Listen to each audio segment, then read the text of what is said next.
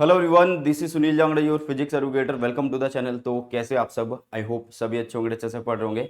आज की इस वीडियो के अंदर हम करने वाले हैं क्लास 12th फिजिक्स का जो चैप्टर नंबर 4 है उसके प्रीवियस ईयर क्वेश्चन अभी करेंगे इस वीडियो के अंदर। और जो प्रीवियस ईयर क्वेश्चन होंगे बेटा जी, वो सारे के सारे मोस्ट इंपॉर्टेंट क्वेश्चन होंगे। कैसे होंगे?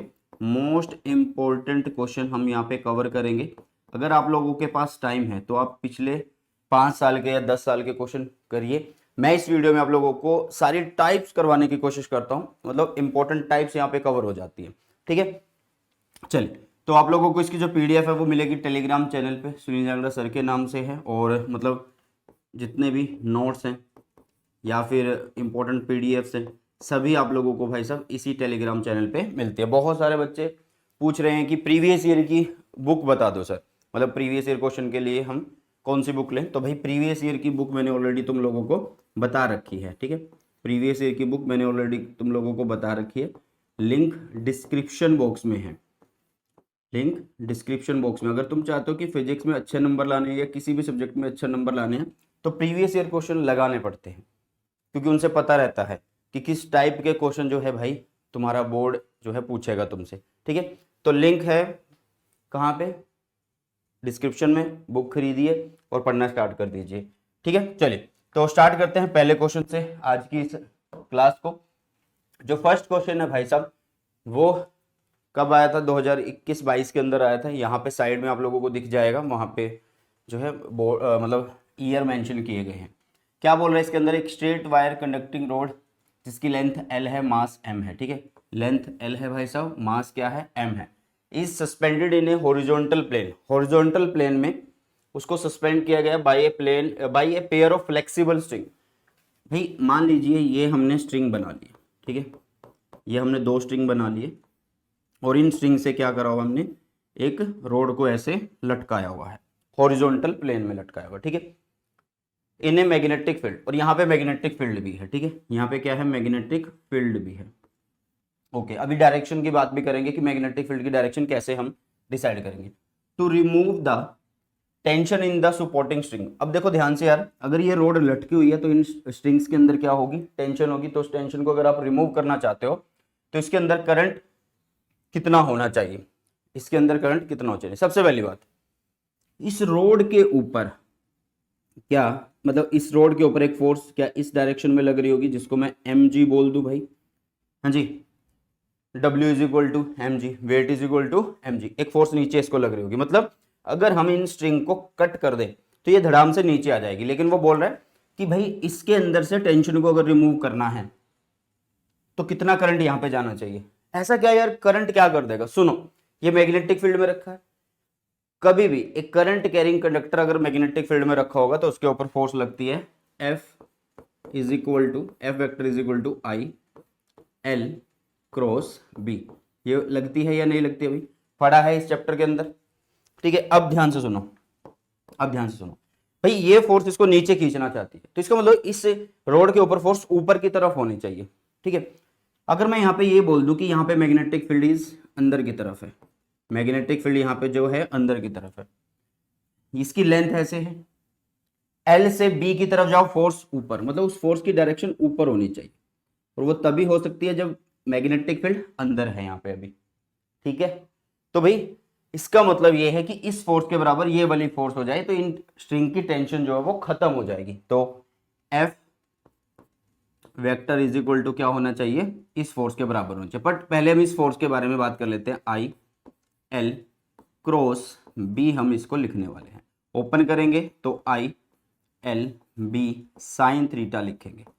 देखो यार, लेंथ जिस डायरेक्शन में करंट जा रहा है या जिस डायरेक्शन में हम लेंथ मानना चाहते हैं, कोई दिक्कत वाली बात नहीं। मैंने उस साइड मानी लेंथ, इधर है B, तो फोर्स लग रही है ऊपर। ठीक है, दोनों के बीच में क्या एंगल है? B अंदर है, लेंथ ऐसे है, तो एंगल कितना होगा? साइन थीटा की जगह यहाँ साइन 90 हो जाएगा।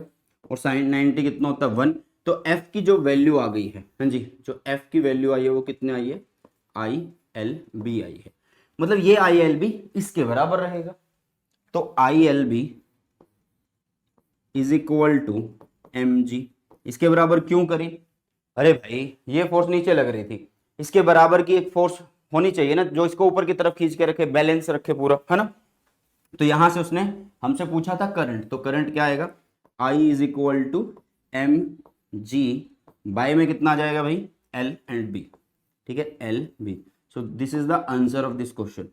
ओके, एक बार चेक कर लेते हैं जो ऑप्शन गिवन है, चेक कर लेते हैं कौन सा है भैया, m g b m g l, ये नहीं है, m g by l b. तो ऑप्शन नंबर सी जो है वो करेक्ट है, ऑप्शन नंबर सी जो है भाई साहब वो करेक्ट है। क्लियर, इतनी बात तो समझ में आ गई होगी। सेकंड क्वेश्चन की तरफ चलते हैं भाई। चलिए सेकंड क्वेश्चन, सेकंड क्वेश्चन क्या कहता है, ए पार्टिकल ऑफ मास m और उसके ऊपर चार्ज है -q is moving with a uniform speed v in a circle of radius r। पहले सर्कल बना लो, जितना क्वेश्चन बोला गया उतना बना लो, ठीक है। ये एक सर्कल है भाई साहब, ठीक है, ये एक सर्कल है जिसका रेडियस कितना है, जिसका रेडियस हमने बोला कि ये r रेडियस है। कितना रेडियस है, r रेडियस है, ठीक है। यहाँ पे क्या है, एक चार्ज है, यहाँ पे क्या है, एक चार्ज है जिसका नाम या फिर बोलो कि साइन और वैल्यू सब दे रखी है, -q इन्होंने बोला है, ठीक है। Is moving with uniform speed v, वो v की स्पीड के साथ चल रहा है, मूव कर रहा है एक सर्कल में जिसका रेडियस आ रहा है, with another charge q at the centre of the circle. मतलब यहाँ सेंटर पे एक दूसरा चार्ज रखा है q।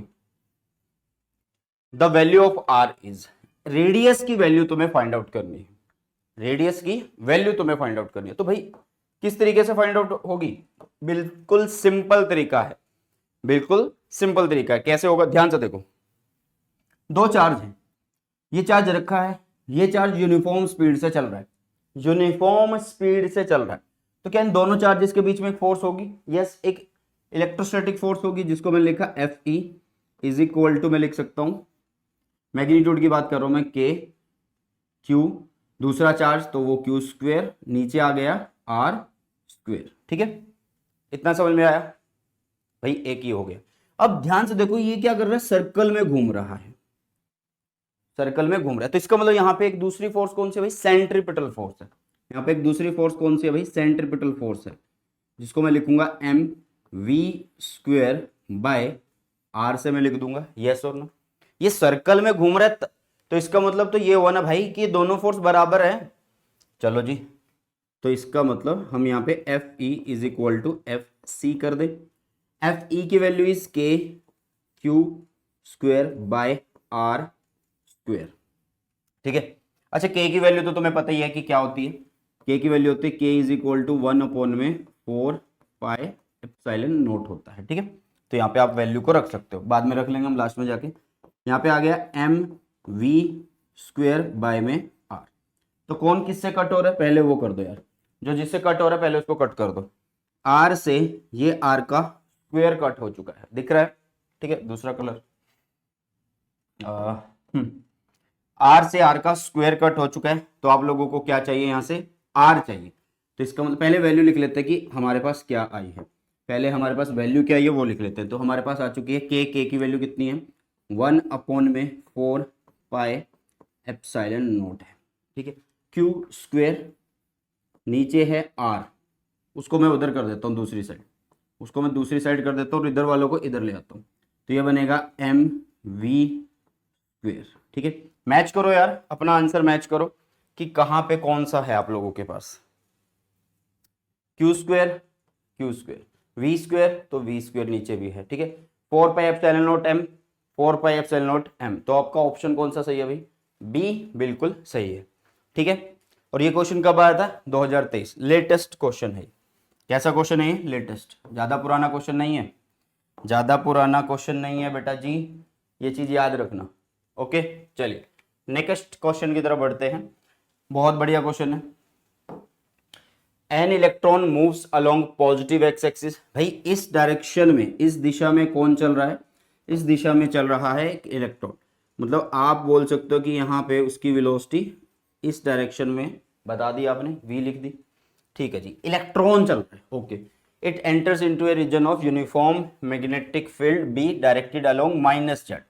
ये है +z, तो उधर पीछे की तरफ कौन है, -z डायरेक्शन है। मतलब -z डायरेक्शन में हमारा b दिया है, ठीक है।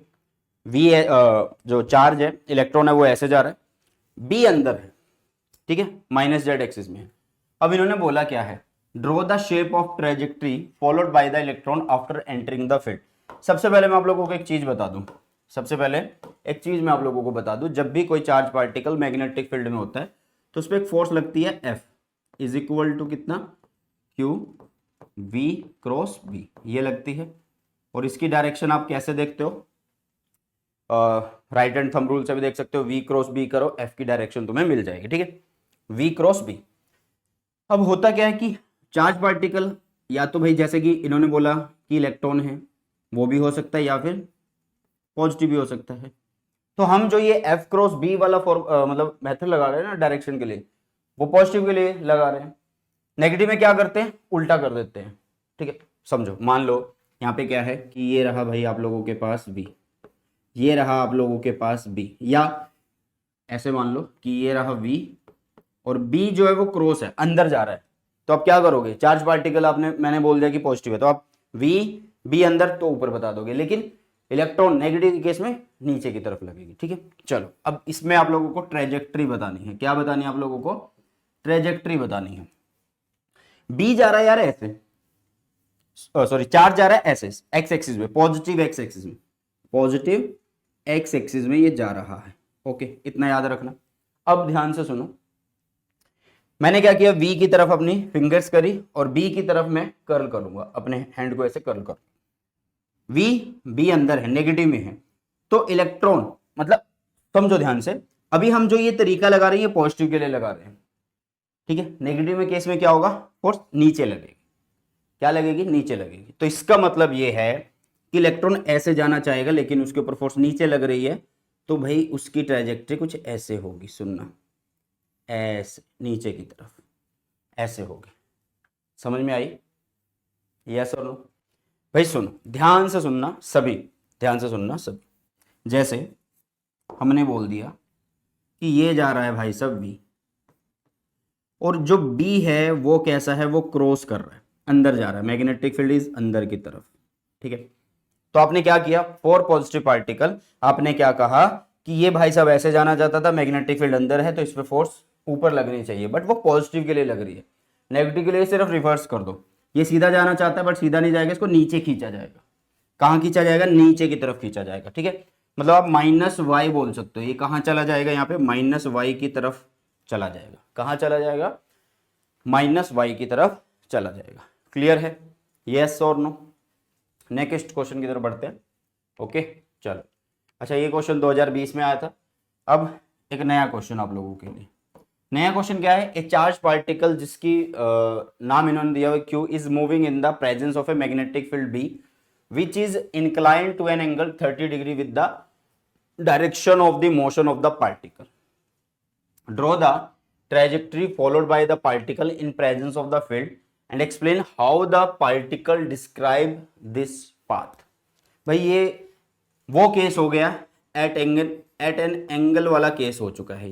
ये कौन सा केस हो चुका है बेटा, एट एन एंगल वाला केस हो चुका है, ठीक है। एट एन एंगल वाला मतलब कि भाई जैसे हम ऐसा मान लेते हैं फॉर एग्जांपल कि भाई मैंने ये एक एक्सिस लिया, ठीक है, इधर मैंने बताया कि ये रहा आप लोगों के पास B वेक्टर, मैग्नेटिक फील्ड इधर जा रहा है, ओके। और V मतलब चार्ज की velocity is in this direction, charge की velocity is in this direction, in this, ठीक है। सुनना ध्यान से, ये क्या है, V वेक्टर है, ओके। मतलब कुछ ना कुछ ये एंगल पे है। अच्छा, इन्होंने एंगल दिया हुआ है incline to an angle 30 degree, incline to angle 30 degree. पहले मैं थीटा के अकॉर्डिंग तुम्हें बता देता हूँ। वैसे हम यहाँ पे लिख देते हैं कि गिवन है हमें थीटा की वैल्यू कितनी है, 30 डिग्री है भाई साहब, थीटा की वैल्यू कितनी है, 30 डिग्री है, ओके। चलो अब इन्होंने क्वेश्चन क्या बोला है, draw the trajectory followed by the particle in the presence of field and explain particle describe this, how the particle describe this path, ठीक है। अब ध्यान से सुनो यार, सबसे पहली बात, F जो होता है ना, F जो मैग्नेटिक फोर्स होती है वो होती है Q V B sin theta, ठीक है। मतलब अगर V and B same direction है तो फोर्स नहीं लगेगी यार। मतलब अगर थीटा यहाँ पे 0 डिग्री में कर दूं तो F की वैल्यू इज 0 हो गई, यस और नो? बट अगर थीटा की वैल्यू 90 कर दूं तो एफ की वैल्यू मैक्सिमम होगी। ये भी बात समझ में आ गई, ठीक है। अब यहाँ पे ना भी किसी एंगल पे जा रहा है, तो इसका मतलब हम इसको पहले ऐसे दो पार्ट्स में बना लेंगे, मतलब कंपोनेंट निकाल लेंगे इसके। क्या निकालेंगे भाई साहब? इसके कंपोनेंट निकाल देंगे। ऐसे हमने ये कंपोनेंट निकाल दिया। तो इधर जो कंपोनेंट जा रहा है उसको मैंने बोला कि ये पैरेलल कंपोनेंट है वेलोसिटी का, ठीक है, और ये है परपेंडिकुलर। ओके, मतलब आप बोल सकते हो कि ये perpendicular is v sine theta, v sign theta, और ये आप बोल सकते हो v कोस थीटा, आप इसको बोल सकते हो, ठीक है। ये तो एक सिंपल सा तरीका है। मैं सारे क्वेश्चन बिल्कुल डिटेल में समझाऊंगा, ये नहीं है कि बस ऊपर से उड़ा दिया भाई साहब, ठीक है। अब ध्यान से देखो यार, ये v का कंपोनेंट b के डायरेक्शन में, तो इस दिशा में फोर्स नहीं लगेगी, ठीक है। फोर्स कहां लगेगी भाई? फोर्स लगेगी इस वाले एक्सिस में, मतलब इस वेलोसिटी की वजह से फोर्स लगेगी। तब b इधर है, v ऊपर है, तो मुझे क्या करना भाई? देखो मेरा पार्टिकल जा रहा है ऐसे ऊपर की तरफ, ऊपर की तरफ जा रहा है, बट ये v से b फोर्स इसको ऐसे होगी, तो भाई इसका मतलब ये पार्टिकल ऐसे चलेगा, ऐसे घूमेगा, रोटेशन में आएगा। अब रोटेशन में ये यहां तो घूम जाएगा ऐसे, क्योंकि देखो यार पार्टिकल ऐसे जाना चाहता है, b ऐसे है, तो हमने v से b की तरफ किया, अंगूठा मेरा बोर्ड के अंदर जा रहा है, इस प्लेन के अंदर जा रहा है, तो फोर्स उधर है। मतलब पार्टिकल ऐसे जाना चाहता था बट इसको उधर खींचा जा रहा है, तो ये ऐसे चक्कर लगाएगा, ठीक है जी। अब इस साइड में कोई भी फोर्स नहीं लग रही है, तो इसका मतलब ये आगे बढ़ेगा, और यहां पे हो गया आप लोगों के पास क्या, कैसा ट्रेजेक्ट्री आएगी? ये हेलिक्स आएगी भाई साहब, ठीक है। और ये सारा हमने एक्सप्लेन कर दिया है कि कैसे आई है, क्योंकि इस दिशा में भाई साहब फोर्स नहीं लग रही है, ठीक है। इस दिशा में फोर्स नहीं लग रही है, इस दिशा में फोर्स लगती है। क्लियर है? यस और नो, ठीक है। चलिए, और ये क्वेश्चन कब आया था भाई साहब? ये क्वेश्चन आप लोगों का आया था 2019, दिल्ली 2019 के अंदर, ठीक है। अब कई बच्चे सोचेंगे कि सर ये एंगल क्यों आ गया है? भाई इन्होंने सिर्फ हमसे पूछा गया ड्रॉ द ट्रेजेक्ट्री, उन्होंने ट्रेजेक्ट्री पूछी है, ट्रेजेक्ट्री हम बना दी है, और क्यों आई है वो बता दिया कि भाई इस दिशा में फोर्स नहीं लग रही है, इस दिशा में मैक्सिमम फोर्स लगती है, कोई वैल्यू नहीं पूछी थी, ठीक है। चलिए नेक्स्ट क्वेश्चन करते हैं। पांचवा क्वेश्चन है, उसका ए पार्ट अभी करने वाले हैं। Write the expression for the force f acting on a particle of mass m and a charge a moving with velocity v in a magnetic field b. Under what condition it will move in a circular path and a helical path? हो गया वैसे तो ये question, ठीक है। देखो यार इन्होंने एक्सप्रेशन बोला है, तो पहले तो एक्सप्रेशन ही लिख लेते हैं पहले। अच्छा, पार्ट ए लिखते हैं। पार्ट ए के लिए एफ की वैल्यू कितनी है? एफ की वैल्यू होती है q v B sine theta, ठीक है। एफ की value is q v B sine theta, magnetic force की वैल्यू, ठीक है। आगे इन्होंने बोला है कि under what condition it will move in a circular path. तो भाई सर्कुलर पाथ में वो कब मूव करता है? सर्कुलर पाथ में वो तब मूव करेगा अगर पार्टिकल, मान लीजिए ये रहा मैग्नेटिक फील्ड बी, और पार्टिकल की जो वेलोसिटी है वो बी के परपेंडिकुलर है, ये ऐसे है, ठीक है। मतलब v और b एक दूसरे के परपेंडिकुलर हैं, 90 डिग्री का अगर केस है, तो उस टाइम वो क्या कर रहे होंगे? उस टाइम वो सर्कुलर मोशन में होंगे, ठीक है। ओके जी, ये पहला पार्ट है, ए के अंदर ये पहला पार्ट है। दूसरे पार्ट की अगर मैं बात करूं, ठीक है, दूसरे पार्ट की अगर मैं बात करूं, देखो यार अब ये यहां अगर इस दिशा में होगा तो इसमें फोर्स नहीं लगेगी, अगर ये 90 पे होगा तो इसमें फोर्स लगती है, वो आप लोगों को पता है। तो इसका मतलब 0 और 90 के बीच में कुछ ना कुछ एंगल होना चाहिए। 0 पे तो लगती नहीं ना, तो इससे मतलब 0 से बड़ा हो, 90 से छोटा हो, 0 से बड़ा हो, 90 से छोटा हो। तो भाई हेलिकल कब होगा? हेलिकल जो अभी हम पिछले क्वेश्चन में करके आए हैं, हेलिकल पाथ कब फॉलो करेगा? हेलिकल पाथ कब फॉलो करेगा? जब थीटा की वैल्यू लेस देन 90 डिग्री हो। कब हो? लेस देन 90 डिग्री, ठीक है। क्योंकि 0 अगर होगा तो यार 0 पे फोर्स नहीं लगेगी, तो फिर तो स्ट्रेट चलने लग जाएगा, ठीक है। उससे ऊपर जहां पे भी हुआ तो वो हेलिकल फॉर्म बनाएगा। फिर अगर 90 होगा फिर तो वो सर्कल घूमेगा, सिर्फ सर्कल घूमेगा। तो इसलिए हेलिकल के लिए एंगल जो है 90 से छोटा होना चाहिए, या फिर बोलो कि 0 से बड़ा होना चाहिए, आप कुछ ऐसा बोल सकते हो, ठीक है। कुछ ना कुछ एंगल होना चाहिए 90 को छोड़ के। चलो जी दूसरे पार्ट की तरफ चलते हैं। Show that the kinetic energy of the particle moving in magnetic field remains constant. इस क्वेश्चन को जो बी पार्ट है, मतलब इसका जो बी पार्ट है, it is very important, very very important, मैं इसको ऐसे बोलूंगा, ठीक है। ये क्वेश्चन आपकी बुक्स में क्या पता वर्क डन के नाम पे दे रखा हो। Show that the work done on the particle by the magnetic field is 0, ऐसा कुछ दे रखा होगा, ठीक है। चलो एक बात समझो, एक बात समझो, इन्होंने क्वेश्चन जो पूछा उसमें क्या बोला कि show that the kinetic energy of the particle moving in A magnetic field remains constant. मतलब ये बोल रहा है कि काइनेटिक एनर्जी, जिसको मैं कैपिटल के से लिख रहा हूं, वो आप लोगों को शो करनी है कि वो कांस्टेंट रहे। कैसी रहे? कांस्टेंट रहे भाई साहब, ठीक है। ओके, अब ध्यान से सुनना सभी बच्चे, अभी ध्यान से सुनना कि भाई अगर हम अपनी एफ वाली इक्वेशन को देखें, अगर हम इस इक्वेशन को देखें, अगर मैं इसको वेक्टर फॉर्म में लिखूं तो इसको लिखा जाएगा f vector is equal to q v cross b vector, है ना। अच्छा, ये मैक्सिमम फोर्स कब लगती है यार, पहले आप लोगों को ये पता होना चाहिए। देखो हमेशा क्या होगा, v क्रॉस b, अगर मैं v से b पे जा रहा हूं तो हमेशा वेलोसिटी फोर्स जो है वो परपेंडिकुलर है, v b के परपेंडिकुलर है। तो इसका मतलब अगर मैं इस इक्वेशन को देखूं, इस इक्वेशन को देखूं तो मैं यहां पे ये लिख सकता हूं कि f is perpendicular to v vector, ये बोल सकते हैं हम, क्योंकि यार जिस प्लेन में b एंड v है उसी के तो परपेंडिकुलर है, तो इसका मतलब वो फिर v के भी परपेंडिकुलर हुआ, f जो है वो परपेंडिकुलर है v के, ठीक है जी। तो इसका मतलब अगर दो चीज परपेंडिकुलर है तो उनका डॉट मैं कुछ ऐसे लिख दूं कि f डॉट v जो है वो किसके बराबर है, वो 0 के बराबर है।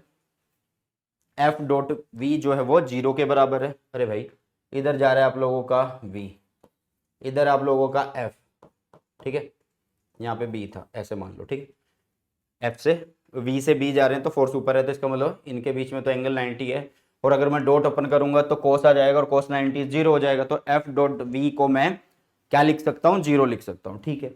अब न्यूटन्स लॉ के अकॉर्डिंग तुम क्या, न्यूटन जी के अकॉर्डिंग तुम फोर्स की वैल्यू नहीं लिख सकते, हाँ जी, अकॉर्डिंग टू न्यूटन जी,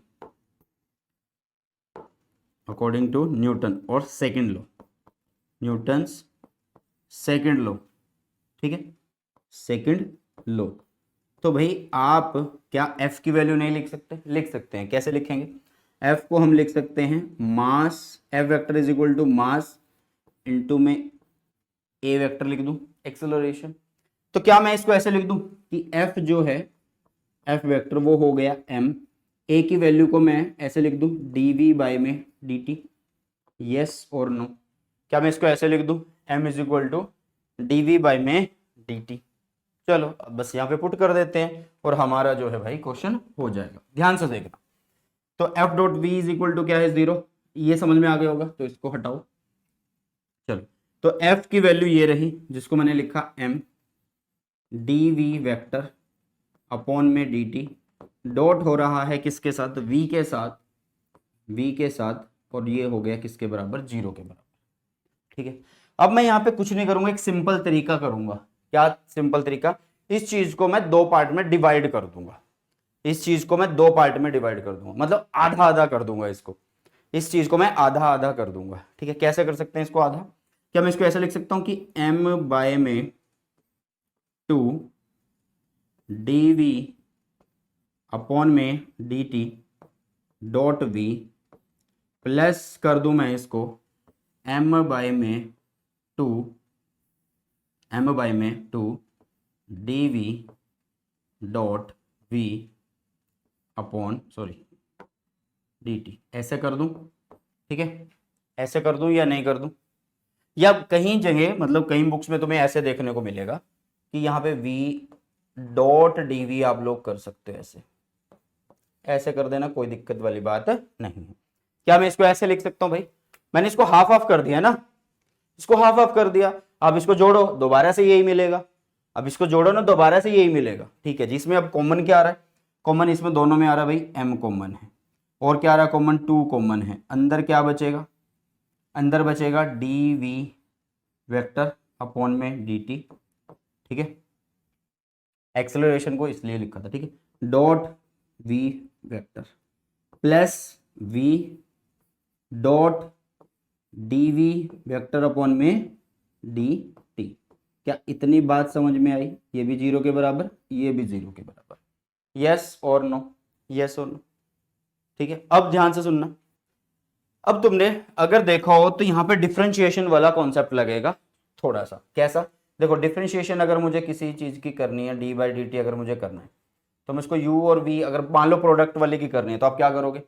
एक को पहले लिख दोगे, फिर दूसरे की कर दोगे, फिर दूसरे वाले को ऐसे लिख दोगे, फिर पहले वाले की कर दोगे। आप कुछ ऐसा करते हो, है ना? तो यहाँ पे u और v क्या है भाई? हम सेम मान लेते हैं, u और v को सेम मान लेते हैं। तो ये बनेगा d by d T, v और v लिख देता हूं मैं इसको, ठीक है? या डायरेक्ट तुम्हें यहीं से समझ में आ जाना चाहिए। एक मिनट रुको, मैं नेक्स्ट पेज पे चलता हूँ, तब ज़्यादा अच्छे तरीके से तुम्हें समझ में आ जाएगा। देखो यार, अब हमने जो यहाँ पे लिखा कि d जो होगा d बाई डी टी, अगर मैं उसको u और v से लिख रहा हूँ तो वो कैसे लिखा जाएगा? u डी वी बाई में डी टी प्लस v यहाँ पे डी यू बाई में डी टी। हम इसको ऐसे लिख देंगे, ठीक है? लेकिन अगर इन दोनों की वैल्यू सेम हो जाए, इनकी वैल्यू अगर सेम हो जाए, तो आप इसको कैसे लिखोगे? d बाई डी टी, मान लो ये भी v और ये भी v है, तो आप इसको लिखोगे v d v by d t plus आप लिखोगे v d v by d t. ऐसा ही लिखोगे ना? तो ऐसा ही कुछ दिख रहा होगा आप लोगों को यहाँ पे, ऐसा ही कुछ दिख रहा होगा आप लोगों को यहाँ पे। अरे ये देखो, कुछ ऐसा ही तो हुआ है, ये कुछ ऐसा ही तो है। तो इसका मतलब मैं इसको कैसे लिख सकता हूं? मैं इस इक्वेशन को लिख सकता हूं कि m बाई में 2, वो तो हमारा लिखा हुआ पहले से, ठीक है? उसमें लिखूंगा d बाई में डी टी, किसकी कर रहा हूं मैं? v डॉट v की कर रहा हूं, बात खत्म हुई। उसको मैं ऐसे लिख सकता हूं, ठीक है? और वो किसके बराबर है? 0 के बराबर है। और आप लोगों को पता है यार, अगर v डॉट v हो रहा है, अगर v डॉट v हो रहा है तो वो v स्क्वेयर हो जाएगा। v डॉट v क्या हो जाएगा? स्क्वेयर हो जाएगा। तो यहाँ पे आ गया m बाई में 2 और यहाँ पे बन गया d बाई में डी टी, और ये आ गया m नहीं है, v स्क्वेयर है। यहाँ पे आ गया v square is equal to 0। अब क्या मैं इसको, इस इक्वेशन को क्या मैं ऐसे भी लिख सकता हूं कि d बाई डी टी मैंने यहाँ पे लिखा, अंदर ले गया मैं किसको? 1 बाई 2 m v वहां पे पहले से पड़ा हुआ था, और इज इक्वल टू हो गया 0। और ये जो 1 बाई 2 एम वी स्क्वेयर है, ये कौन है भाई साहब? हाँ जी, ये जो 1 बाई 2 एम वी स्क्वेयर है, ये कौन है? ये है हमारा काइनेटिक एनर्जी, जिसको मैं कैपिटल के से लिख रहा हूं। It is 1 by 2 m v square. तो लिख दो यहाँ पे। चलो जी, अब ध्यान से सुनना। मैंने लिखा d कैपिटल के, नीचे आ गया d t is equal to हो गया 0।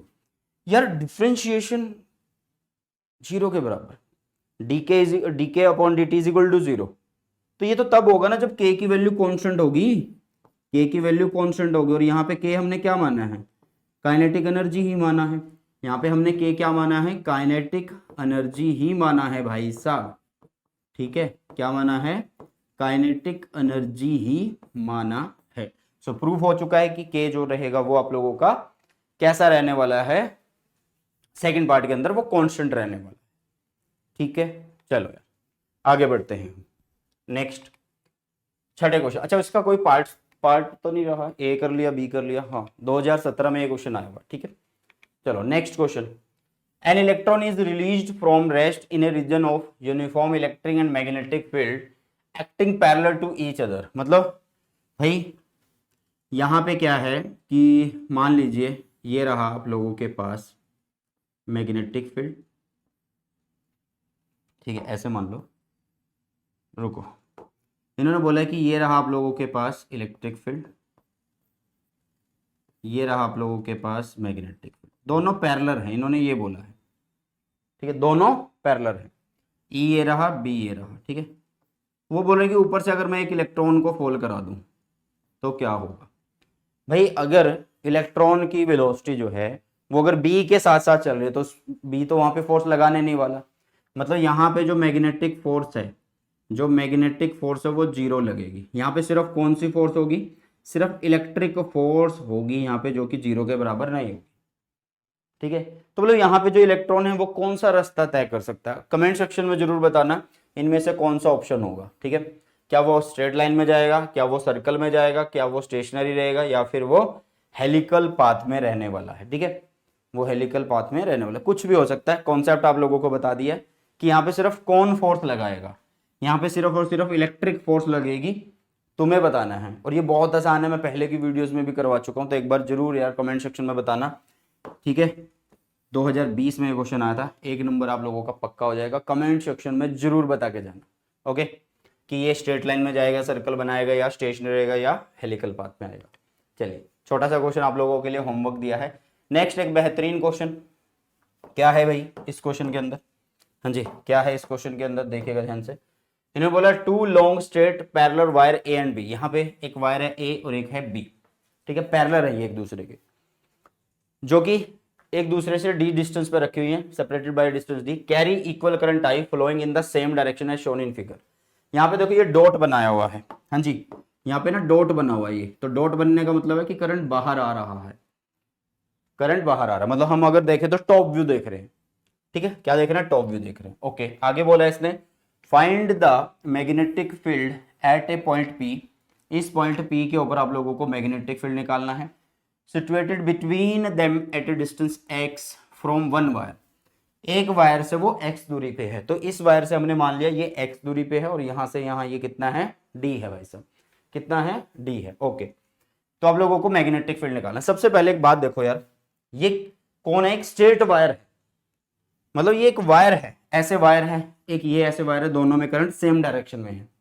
तो आप लोगों को पहले ये पता होना चाहिए कि स्ट्रेट कंडक्टर की वजह से मैग्नेटिक फील्ड का जो फॉर्मूला होता है वो पता होना चाहिए। ठीक है, तो स्ट्रेट कंडक्टर की वजह से जो मैग्नेटिक फील्ड का फॉर्मूला होगा भाई, वो मैं लिख देता हूं यहाँ पे, वो होगा B is equal to mu naught I upon में 2 पाई आर, मतलब डिस्टेंस की बात करेगा। ठीक है, ओके।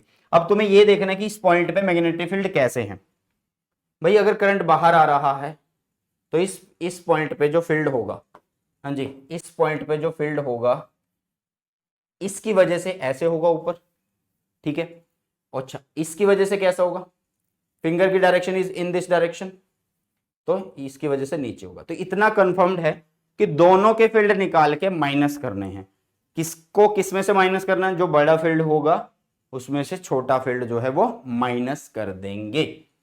ठीक है, चलिए तो अभी हम सबसे पहले क्या करते हैं, मैग्नेटिक फील्ड निकालते हैं।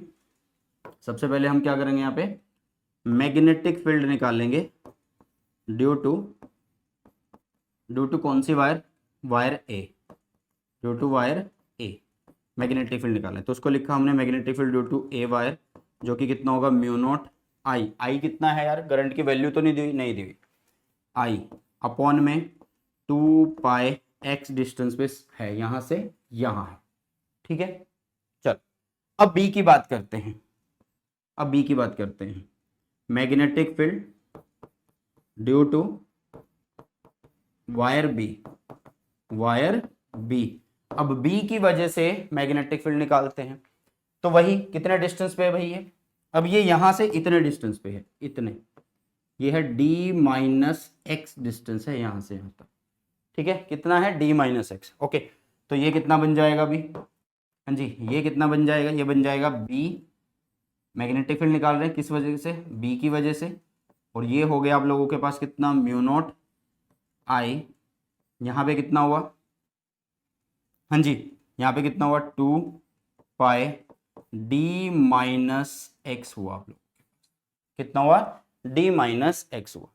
ठीक है, ओके देखो यार, आप इसको या तो आप ऐसे मान सकते हो कि एक फील्ड इस दिशा में जा रहा है, एक फील्ड इस दिशा में जा रहा है, एक को पॉजिटिव एक को नेगेटिव, वही जैसे एक्स एक्सिस पॉजिटिव ये माइनस एक्स, ऐसे भी कर सकते हो। लेकिन सिंपल तरीका क्या है, ये पॉइंट इसके पास है तो इसका फील्ड स्ट्रॉन्ग होगा ना यहाँ पे, ये दूर है तो इसका कम होगा।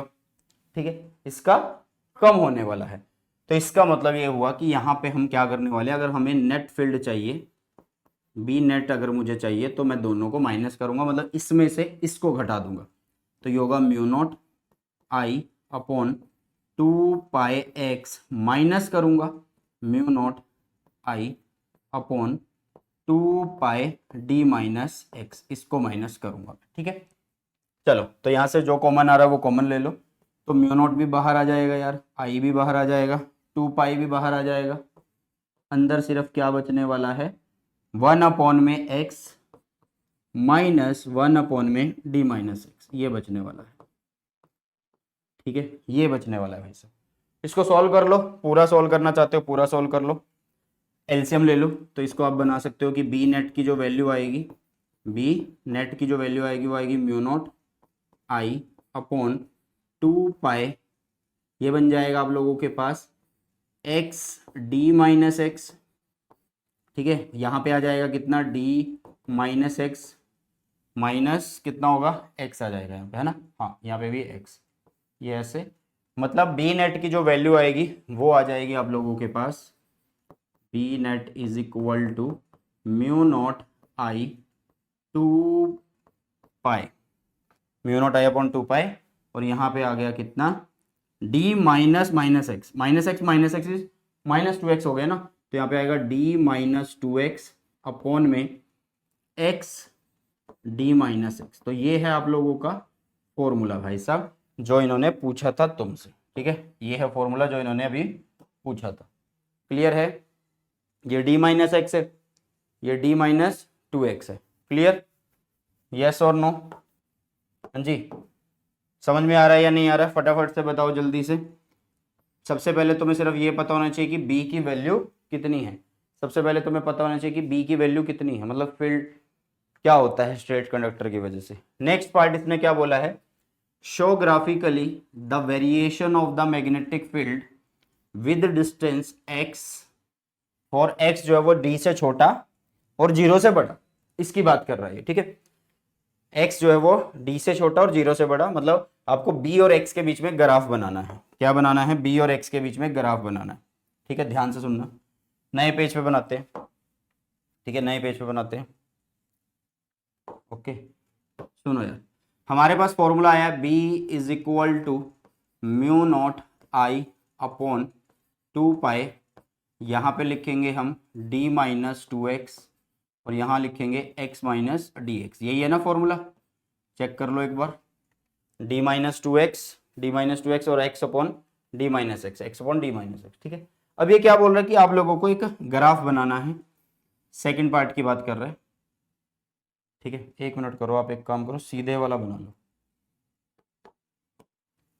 आप एक काम करो 2 लाइनें बना लो सीधी ऐसे, एक ये बनाई हमने, ठीक है, एक हमने ये बना दी, ओके, इधर जा रहा है कौन, x, इधर है भाई सब b, ग्राफ बनाना है।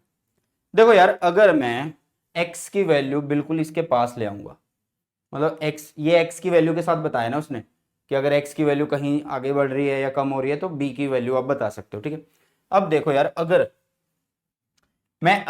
फॉर एग्जाम्पल अगर x को 0 मान लूँ, जस्ट मैं एक एग्जाम्पल ले रहा हूँ कि अगर मैं x को 0 मान लूँ, कि अगर x को मैं 0 मान लूँ तो b की वैल्यू मेरे पास कितनी आने वाली है, चेक कर रहे हैं सिर्फ हम, तो ये आएगी mu naught I D minus, ये 0 हो जाएगा, नीचे आएगा 2 पाई, यहाँ हो जाएगा 0 और ये d माइनस 0, यही होगा, something upon 0, infinite, not defined, कुछ भी आप लोग बोल सकते हैं, इसका मतलब b की वैल्यू जो है भाई x इज इक्वल टू 0 पे क्या है, वो इनफाइनाइट तक है। अच्छा ओके, तो उसने बोला है कि 0 और d के बीच में ही वैल्यू आपने रखनी है।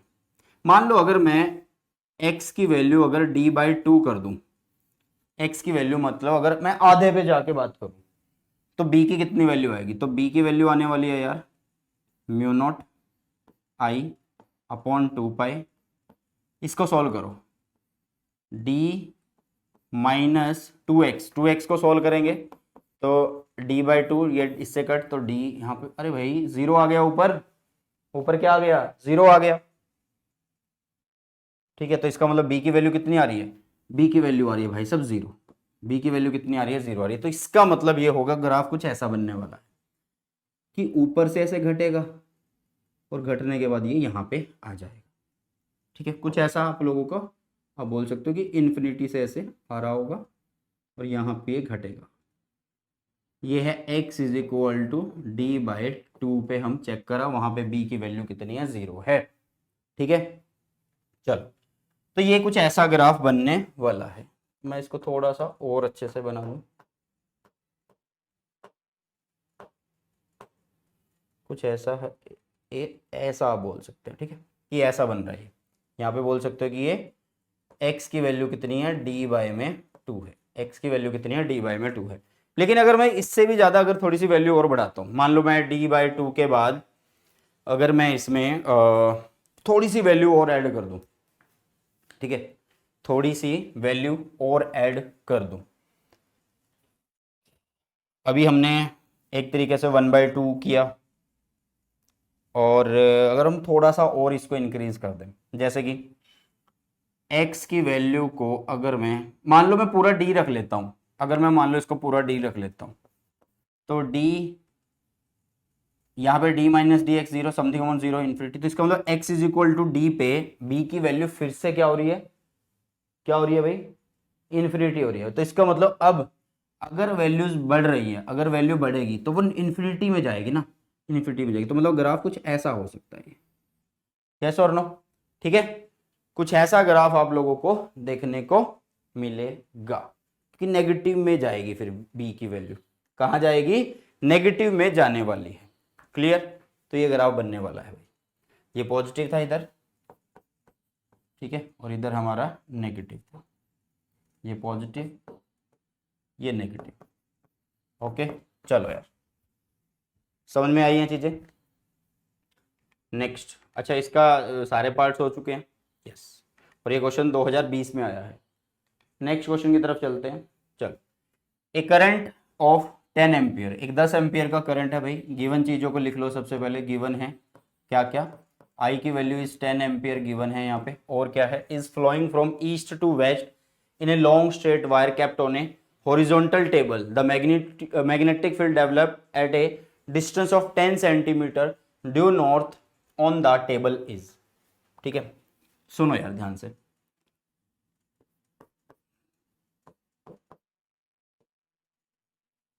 पहले मैंने क्या किया, डायरेक्शन बना ली, नॉर्थ ईस्ट साउथ वेस्ट ऐसे बना लिया। ठीक है, अब इसमें क्या रखा है, करंट फ्लो कर रहा है east to west, east to west current flow कर रहा है। ठीक है, east to west current flow कर रहा है, इसके अंदर हम ऐसे बना देते हैं आई। ठीक है, ओके। अब कॉमन सी बात है यार, अगर करंट नीचे जा रहा है तो इसका मतलब यहाँ पे जो फील्ड होगा वो बनेगा। डायरेक्शन कैसे दिखाओगे, यहाँ से वो एंटर करेगा, यहाँ पे बी एंटर होगा और यहाँ से बाहर होगा, यहाँ से बाहर होगा, क्योंकि देखो अंगूठा आपने करंट की डायरेक्शन में किया, फिंगर आपकी इस बोर्ड में जा रही है, यहाँ से बाहर निकल रही है। ठीक है, ओके, ये बी की डायरेक्शन आ गई। बट इन्होंने पूछा क्या है, the magnetic field developed at a distance of 10 centimetre due north on the table is, on the table is due north. ठीक है, 10 सेंटीमीटर बोल रहा है भाई, बता दो। स्ट्रेट कंडक्टर का फॉर्मूला अभी बताया था, क्या होगा स्ट्रेट कंडक्टर का फॉर्मूला, बी वेक्टर, या सीधा लिखो B is equal to mu naught I upon में 2 पाए डी होगा। ठीक है, 2 पाए डी। चलो अब इसका क्या आएगा, म्यू नॉट की वैल्यू इज 4 पाए इंटू 10-7 होती है ना, आई आ गया साथ में, आई की वैल्यू कितनी है, करंट की वैल्यू भाई 10 एम्पियर दे रखी है उसने, 10 एम्पियर, नीचे आ गया 2 पाई आ गया, डी की वैल्यू, डी मतलब डिस्टेंस की बात कर रहा है, तो 10 सेंटीमीटर, सेंटीमीटर उसको मीटर बनाएंगे, नीचे 100 लगाएंगे, 100 चला गया ऊपर, जो 100 हमने नीचे लगाना था वो ऊपर चला गया। ठीक है, अब जो कट हो रहा है वो कट कर दो, कट कौन हो रहा है अभी, 10 से 10 कट हो रहा है, 2 पाई से ये 4 पाई कट हो गया, तो 2 छोड़ दिया यहाँ पे, तो 2 इंटू 10-7 प्लस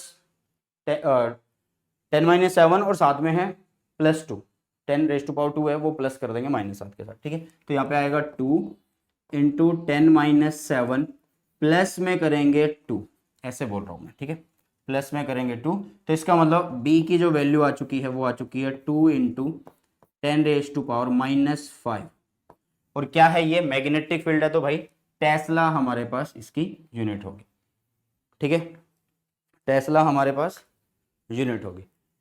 अब ऑप्शन देखो कौन सा है, मतलब सी और डी तो नहीं है यहाँ पे, है ना, सी और डी तो हमारे पास नहीं है, सिर्फ ए और बी है। तो ये कैसा है भाई साहब, नॉर्थ में किधर जा रहा है, ये अंदर की तरफ जा रहा है ना, ठीक है, ये अंदर की तरफ जा रहा है। तो मतलब पहली बात, करंट इसमें फ्लो कर रहा है किसी टेबल के ऊपर, ये एक टेबल है, करंट ऐसे फ्लो कर रहा है। तो कॉमन सी बात है यार, यहाँ ये नीचे की तरफ जा रहा है करंट, करंट क्या हो रहा है, नीचे की तरफ जा रहा है, ठीक है। तो एक्टिंग डाउनवर्ड, तो हमारा ऑप्शन होगा ए सही। क्या होगा भाई, ए सही होगा कि करंट नीचे की तरफ जा रहा है, current sorry magnetic field is downward, नीचे की तरफ है ये, ओके ठीक है। आप इसको ऐसे भी बना सकते थे, ऐसे घुमा के रख देना, या 3D में थोड़ा सा विजुअलाइज कर लेना कि भाई ये करंट जा रहा है यहाँ पे ऐसे, ईस्ट टू कहाँ जा रहा था, वेस्ट जा रहा था ऐसे, है ना, और यहाँ पे है नॉर्थ, ये है साउथ। तो मैग्नेटिक फील्ड क्या होगा, मैग्नेटिक फील्ड क्या होगा, देखो यार ईस्ट से करंट जा रहा है ईस्ट से नॉर्थ की तरफ, तो यहाँ पे नीचे जा रहा है ना, तो ईस्ट से वेस्ट की तरफ जा रहा है करंट, तो साउथ से निकल रहा है, मतलब ऊपर टॉप में तो साउथ है ना भाई, और नीचे है कौन, नॉर्थ, ठीक है। ऐसे आप बना सकते हो, तो आंसर जो होगा वो ए होने वाला है। क्वेश्चन आया था आप लोगों का ये कब, 2020 के अंदर, कब आया था ये, 2020 के अंदर ये क्वेश्चन आया था, ठीक है। चलो यार ये क्या बन गया, कलाकारी हो गई ये तो आज, चलो ठीक है। नेक्स्ट क्वेश्चन की तरफ बढ़ते हैं, नेक्स्ट क्वेश्चन की तरफ चलो। नेक्स्ट है लॉन्ग स्ट्रेट वायर जिसका नाम इन्होंने बोला है ए बी, एक लॉन्ग स्ट्रेट वायर है जिसका नाम है A B, carries a current of 4 ampere. जो चीजें गिवन है पहले उनको लिख लेते हैं, ठीक है, क्वेश्चन आसान हो जाता है जब हम गिवन चीजों को लिख लेते हैं। गिवन क्या क्या है, करंट दे रखा है 4 ampere, okay. A proton P travel at 4 into 10⁻⁶ metre per second, मतलब v की वैल्यू दे रखी है, उसकी स्पीड दे रखी है, या फिर बोल सकते हो वेलोसिटी दे रखी है 4 into 10⁻⁶ metre per second, okay.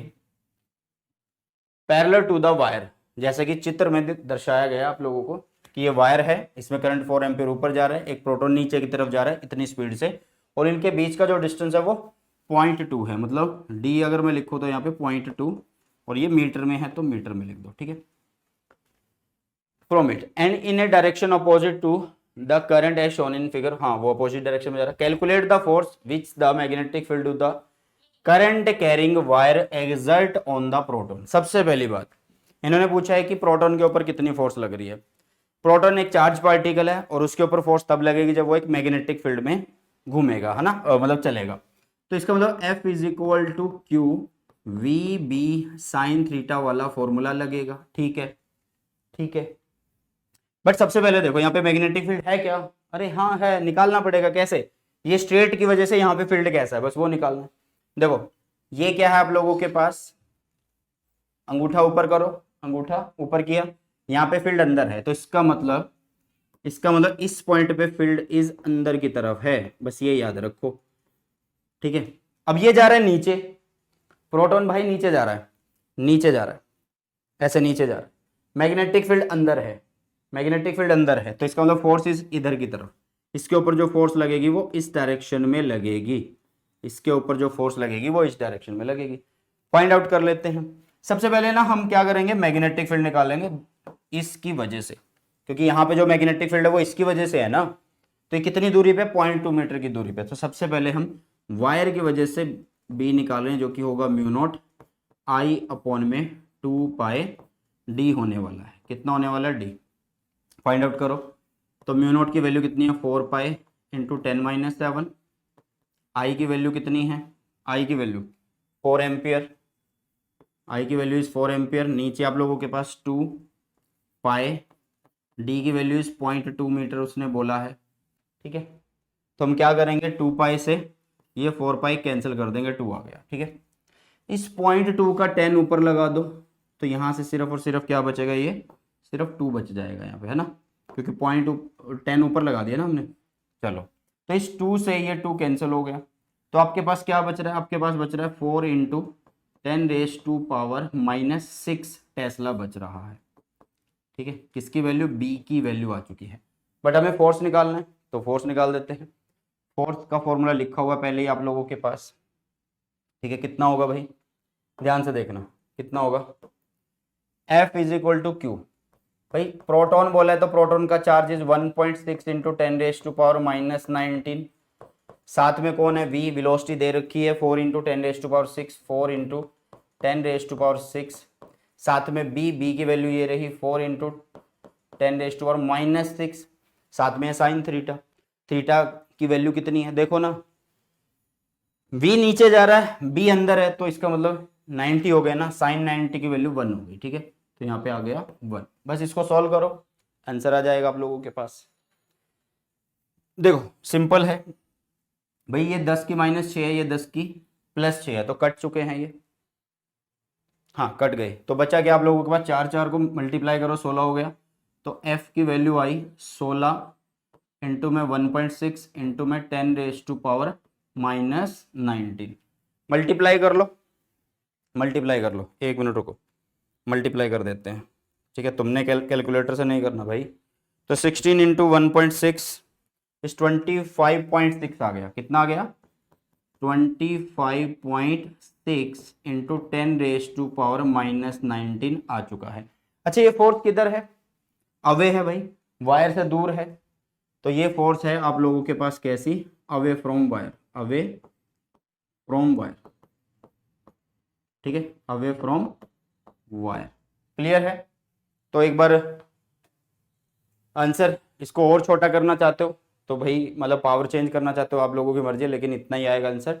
25.6 F की वैल्यू आ चुकी है 25.6 इंटू 10⁻⁻19, और ये अवे फ्रॉम द वायर है, अवे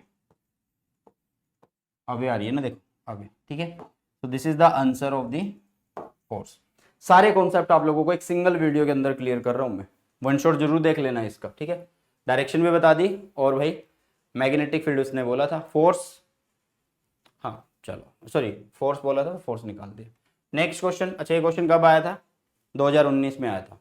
नेक्स्ट क्वेश्चन हमारा जो कि 2020 में आया था, इसमें बोला क्या गया है कि एक करंट है आई फ्लो कर रहा है through a long straight conductor which is bent into a circular loop of radius r, ठीक है, इन द मिडल, मतलब एक स्ट्रेट कंडक्टर है, बीच में से सर्कल बना हुआ है, आपको पॉइंट ओ पे यहाँ पे क्या निकालना है, फील्ड निकालना। देखो यार सबसे पहले तो मतलब स्ट्रेट की वजह से इस पॉइंट ओ पे फील्ड निकालना पड़ेगा ना, मतलब स्ट्रेट वायर है तो इसकी वजह से यहाँ पे भी तो फील्ड निकालना पड़ेगा। तो स्ट्रेट की वजह से जो फील्ड है वो लिख दो, स्ट्रेट की वजह से जो फील्ड है उसको मैंने 1 माना और उसको लिखना शुरू किया, तो क्या होगा म्यू नॉट, कितना है करंट आई 2 पाई, कितने डिस्टेंस पे आर पे, क्योंकि रेडियस की दूरी पे तो है ये सेंटर, ठीक है। अब कोयल की वजह से देखो, कोयल में करंट ऐसे है, तो कोयल के सेंटर पे जो फील्ड होगा वो कितना होगा, मतलब ओ पे जो फील्ड होगा वो कितना होगा, म्यू नॉट आई अपॉन में 2r होगा भाई साहब, कितना होगा 2r होगा। b1 is equal to mu naught I upon 2 pi r, mu naught I upon 2r, ये सेंटर की वजह से, मतलब ये कोयल की वजह से, ये स्ट्रेट कंडक्टर की वजह से, ठीक है। अब ध्यान से देखो कि इन दोनों को माइनस करना है या प्लस करना है वो समझना है। करंट जा रहा है नीचे, तो मैग्नेटिक फील्ड यहां से बाहर आ रहा होगा, स्ट्रेट की वजह से बाहर आ रहा होगा, ठीक है जी। अरे देखो यार स्ट्रेट की वजह से यहाँ पे कैसा आ रहा होगा, बाहर आ रहा होगा, बाहर है तो डॉट आएगा ना, सॉरी डॉट आएगा, बाहर आ रहा है तो डॉट आएगा, ठीक है जी। और इसके अंदर करंट कैसा है, फिंगर घुमाओ, फील्ड इज अंदर की तरफ, तो क्रॉस हो रहा है, समझ आई चीजें। भाई कॉइल की वजह से अगर हम देखते हैं तो फील्ड इज अंदर की तरफ, ठीक है, फील्ड क्या है अंदर की तरफ है, लेकिन वायर की वजह से देखें तो फील्ड बाहर आ रहा है, मतलब दोनों अपोजिट डायरेक्शन में माइनस होंगे, बट कौन सा किस में से माइनस होगा। तो यार यहाँ पे क्या हो रहा है, 2 इंटू आर है, साथ में पाई है, यहाँ पे 2 और आर है, तो जिसका नीचे वाली टर्म अगर बड़ी है तो उसका मैग्नेटिक फील्ड छोटा होगा, है ना।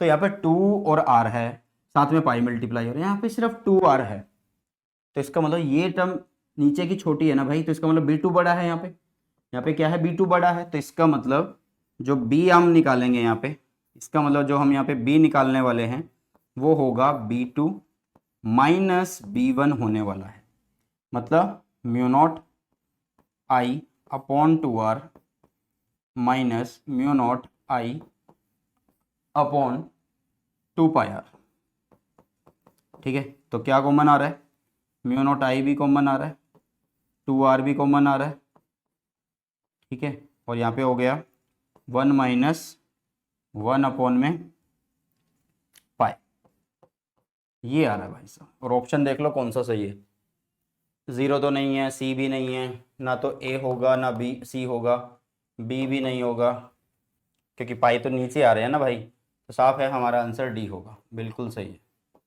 ठीक है, हमारा आंसर डी होने वाला है, डी है ना। चलो क्वेश्चन आया 2020 के अंदर, सिर्फ और सिर्फ भाई साहब एक बार वन शॉट देख लो, फॉर्मूलाज याद कर लो, ठीक है, आप लोगों को सारे के सारे न्यूमेरिकल जो है आसानी से हो जाएंगे। Next, two identical circular loop हैं P and Q, each of radius R carrying current I are kept in perpendicular planes, जैसे कि शो किए गए हैं, ठीक है, such that they have a common centre O, एक कॉमन सेंटर है इनके पास, ये रहा, एक कॉमन सेंटर है, ये रहा। Find the magnitude and the direction of the net magnetic field at point O. देखो यार यहाँ पे ना क्या हो रहा है, ये जो कॉइल है नीचे वाली, इसमें तो एक ही डायरेक्शन में करंट है, मतलब ऐसे करंट है, मतलब एंटी क्लॉकवाइज आप बोल सकते हो। क्यू है, ये कौन सी है, पी है, मतलब पी के अंदर जो करंट है भाई वो है एंटी क्लॉकवाइज, है ना, एंटी क्लॉकवाइज है। लेकिन आपके पास जो क्यू दे रखा है उसके अंदर करंट की दो डायरेक्शन बनी हुई है। अगर हम क्वेश्चन के अकॉर्डिंग चले, बुक के अकॉर्डिंग चले, तो क्वेश्चन इसकी दो डायरेक्शन है, एक इधर है और एक इधर है क्यू वाली के अंदर। तो इसका मतलब ये होगा कि ये यहां से यहां तक आधी के अंदर डायरेक्शन ऑफ करंट ऐसे है, आधी के अंदर डायरेक्शन ऑफ करंट ऐसे है। आप अंगूठा डायरेक्शन करंट की डायरेक्शन में करिए, फील्ड आप लोगों का यहां से ओ पे बाहर आ रहा होगा, बाहर आ रहा होगा इस साइड की वजह, सिर्फ इस साइड की बात कर रहा हूं मैं। अच्छा, और इस साइड की अगर मैं बात करूं, देखो यार ध्यान से सुनना, कंफ्यूजन क्रिएट नहीं करना। मान लो मैं सिर्फ और सिर्फ अभी क्यू की बात कर रहा हूं, किसकी बात कर रहा हूं मैं, क्यू की बात कर रहा हूं। मान लो ऐसे है, ठीक है, करंट ऐसे चल रहा है, करंट ऐसे चल रहा है, यहां पे मैं करंट मैग्नेटिक फील्ड चाहता हूं ओ पॉइंट पे। तो जब मैंने इसको डायरेक्शन, इस डायरेक्शन के हिसाब से फील्ड लिखा तो वो बाहर आ रहा है, और इसके हिसाब से लिखा तो वो अंदर जा रहा है। दोनों आधे आधे करंट ही तो है भाई, आधे पोर्शन में जा रहे हैं, एक करंट आधा, आई इधर जा रहा, आई इधर जा रहा, आधे में, तो इसका मतलब सेम मैग्नेटिक फील्ड बनाएंगे, यहाँ पे दोनों माइनस हो रहे हैं, तो इसका मतलब यहाँ पे जो क्यू है, इसका मतलब यहाँ पे जो क्यू है भाई साहब, एक मिनट,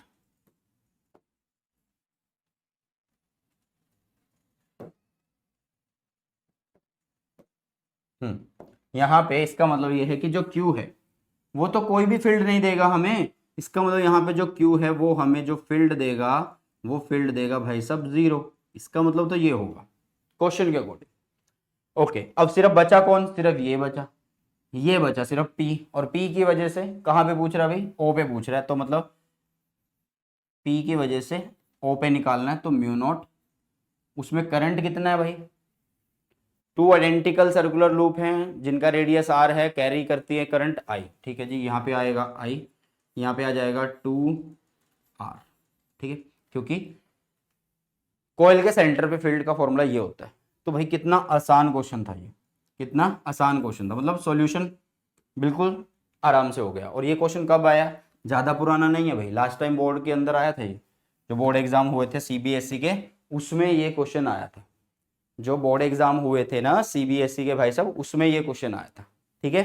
चलो नेक्स्ट, अच्छा इसमें और क्या पूछा है, find the magnitude and direction of the net field at O, तो भाई ऊपर की तरफ है, ये डायरेक्शन आ जाएगी, ये क्या आ जाएगी, डायरेक्शन आ जाएगी, नेट फील्ड, एक मिनट, ये आएगी नेट बी नेट आएगा इधर, उधर ही बचा क्योंकि वो एक की वजह से तो 0 ही हो रहा है, तो सिर्फ एक ही बचने वाला है, तो आप ऊपर की तरफ बता सकते हो कि ऊपर की तरफ आ रहा है, ठीक है, कलर ठीक है जी। नेक्स्ट, इस करंट कैरिंग सर्कुलर लूप है और एक स्ट्रेट वायर है जिसको बेंड किया है partially in the form of a semi circle. देखो ये एक पूरा सर्कल है और एक वायर को सेमी सर्कल में बनाया गया है, ठीक है जी। Find the magnitude and the direction of net magnetic field at point O. Okay, आपको ओ पे फील्ड निकालना है, इस पॉइंट पे फील्ड निकालना है, ठीक है, ध्यान से सुनो। सबसे पहली बात, ये है हमारे पास एक स्ट्रेट वायर, ठीक है, जिसका ये पोर्शन जो है भाई साहब इतना बना रखा है ये सेमी सर्कल में। तो इसका मतलब हमें इस सेमी सर्कल से डील करनी है और इससे डील करनी है, ठीक है, इससे डील करनी है। तो सबसे पहले मैं कॉइल की वजह से मैग्नेटिक फील्ड लिखता हूं। तो वो तो तुम्हें पता ही है कि कॉइल की वजह से जो होगा मैग्नेटिक फील्ड वो कितना होगा, B is equal to mu naught. कितना करंट है भाई साहब इसमें, 1 एम्पियर का करंट है। नीचे आ गया कितना, 2 इंटू आर। आर कितना है, 4 सेंटीमीटर है। सेंटीमीटर है तो मैं 100 लगाऊंगा ऊपर की तरफ, ठीक है, ऐसे मैं कर देता हूँ इसको। तो ये बनेगा B इज इक्वल टू कितना, म्यू नॉट 100 अपॉन में 8 आ गया, ठीक है। ये सिर्फ और सिर्फ बीच वाले की वजह से है, 1 एम्पियर की वजह से। इसको मैं 1 नाम दे देता हूँ, ठीक है। चलो दूसरा क्या है यार, दूसरा आपका सेमी सर्कल है। तो इस केस में आप फॉर्मूला लगाओ सीधा, बाइट सेवर्ट्स वाले ही हम यूज कर रहे होंगे। तो उसको लिखते हैं कैसे, B is equal to mu naught I upon में 4 पाई, जितने दूरी पे निकालना चाहते हैं उसका स्क्वायर, साथ में यहाँ पे लेंथ आ जाती है, इंटीग्रेशन ऑफ DL आ जाता है, ऐसे लिखते हैं हम। बट लेंथ हमें पता ही है यार, इसकी कितनी होने वाली है लेंथ, इसकी कितनी लेंथ होने वाली है, हाफ है ये। तो कितनी होगी फुल की, अगर हम देखें सर्कल अगर फुल होता तो पाई 2 पाई आर होता, बट यहाँ पे पाई आर होगा सिंपल। तो यहाँ पे लेंथ आ जाएगी, यहाँ पे क्या आ जाएगी लेंथ, ये आएगा पाई आर, ऐसे फॉर्मूला, ठीक है। तो पाई से पाई कैंसिल हो जाएगा, आर से आर कैंसिल हो जाएगा, मतलब B is equal to mu naught I upon 4R को हम यूज करेंगे। तो इसमें है भाई साहब, इसको हम नाम दे देते हैं 2 का, इसका नाम दे देते हैं 2 का नाम दे देते हैं। इसको हमने लिखा 2, म्यू नॉट की value is 4 pi into 10 minus 7। आई की वैल्यू कितनी है भाई, बाहर वाले में 2 एम्पियर है। नीचे आ गया आप लोगों के पास 4 इंटू कितना, 1 मिनट, हाँ ठीक है, इतना भी कोई दिक्कत वाली बात नहीं है। सेंटर पे हम यही लिखते थे, 4 पाई आर स्क्वायर होता था ये, ठीक है ठीक है ठीक है ठीक है। हाँ तो ये हो गया 4, अच्छा म्यू नोट की वैल्यू मैंने यहाँ पे रख दी है, यहाँ पे मैंने नहीं रखी, तो यहाँ पे भी नहीं रखते ना, तो ऐसा ही करते हैं सीधा, म्यू नोट को म्यू नोट ही रखो, क्यों ही ज़्यादा बड़ा करना क्वेश्चन को। म्यू नोट को म्यू नोट रखा, आई की वैल्यू कितनी है भाई, 2 एम्पियर है। नीचे कितना है 4 इंटू आर, वही इसका रेडियस कितना 12 सेंटीमीटर वो बोल रहा, तो 12 यहाँ आ गया 100 सेंटीमीटर है तो 100 ऊपर लगा दी, ठीक है ओके। ये 2 इस 4 को कट कर देगा, ठीक है। तो हमारे पास आएगा B2 की वैल्यू कितनी आएगी, म्यू नॉट 100 आ गया, साथ में नीचे आ गया आप लोगों के पास 24 ही आएगा ना, या कुछ और आएगा,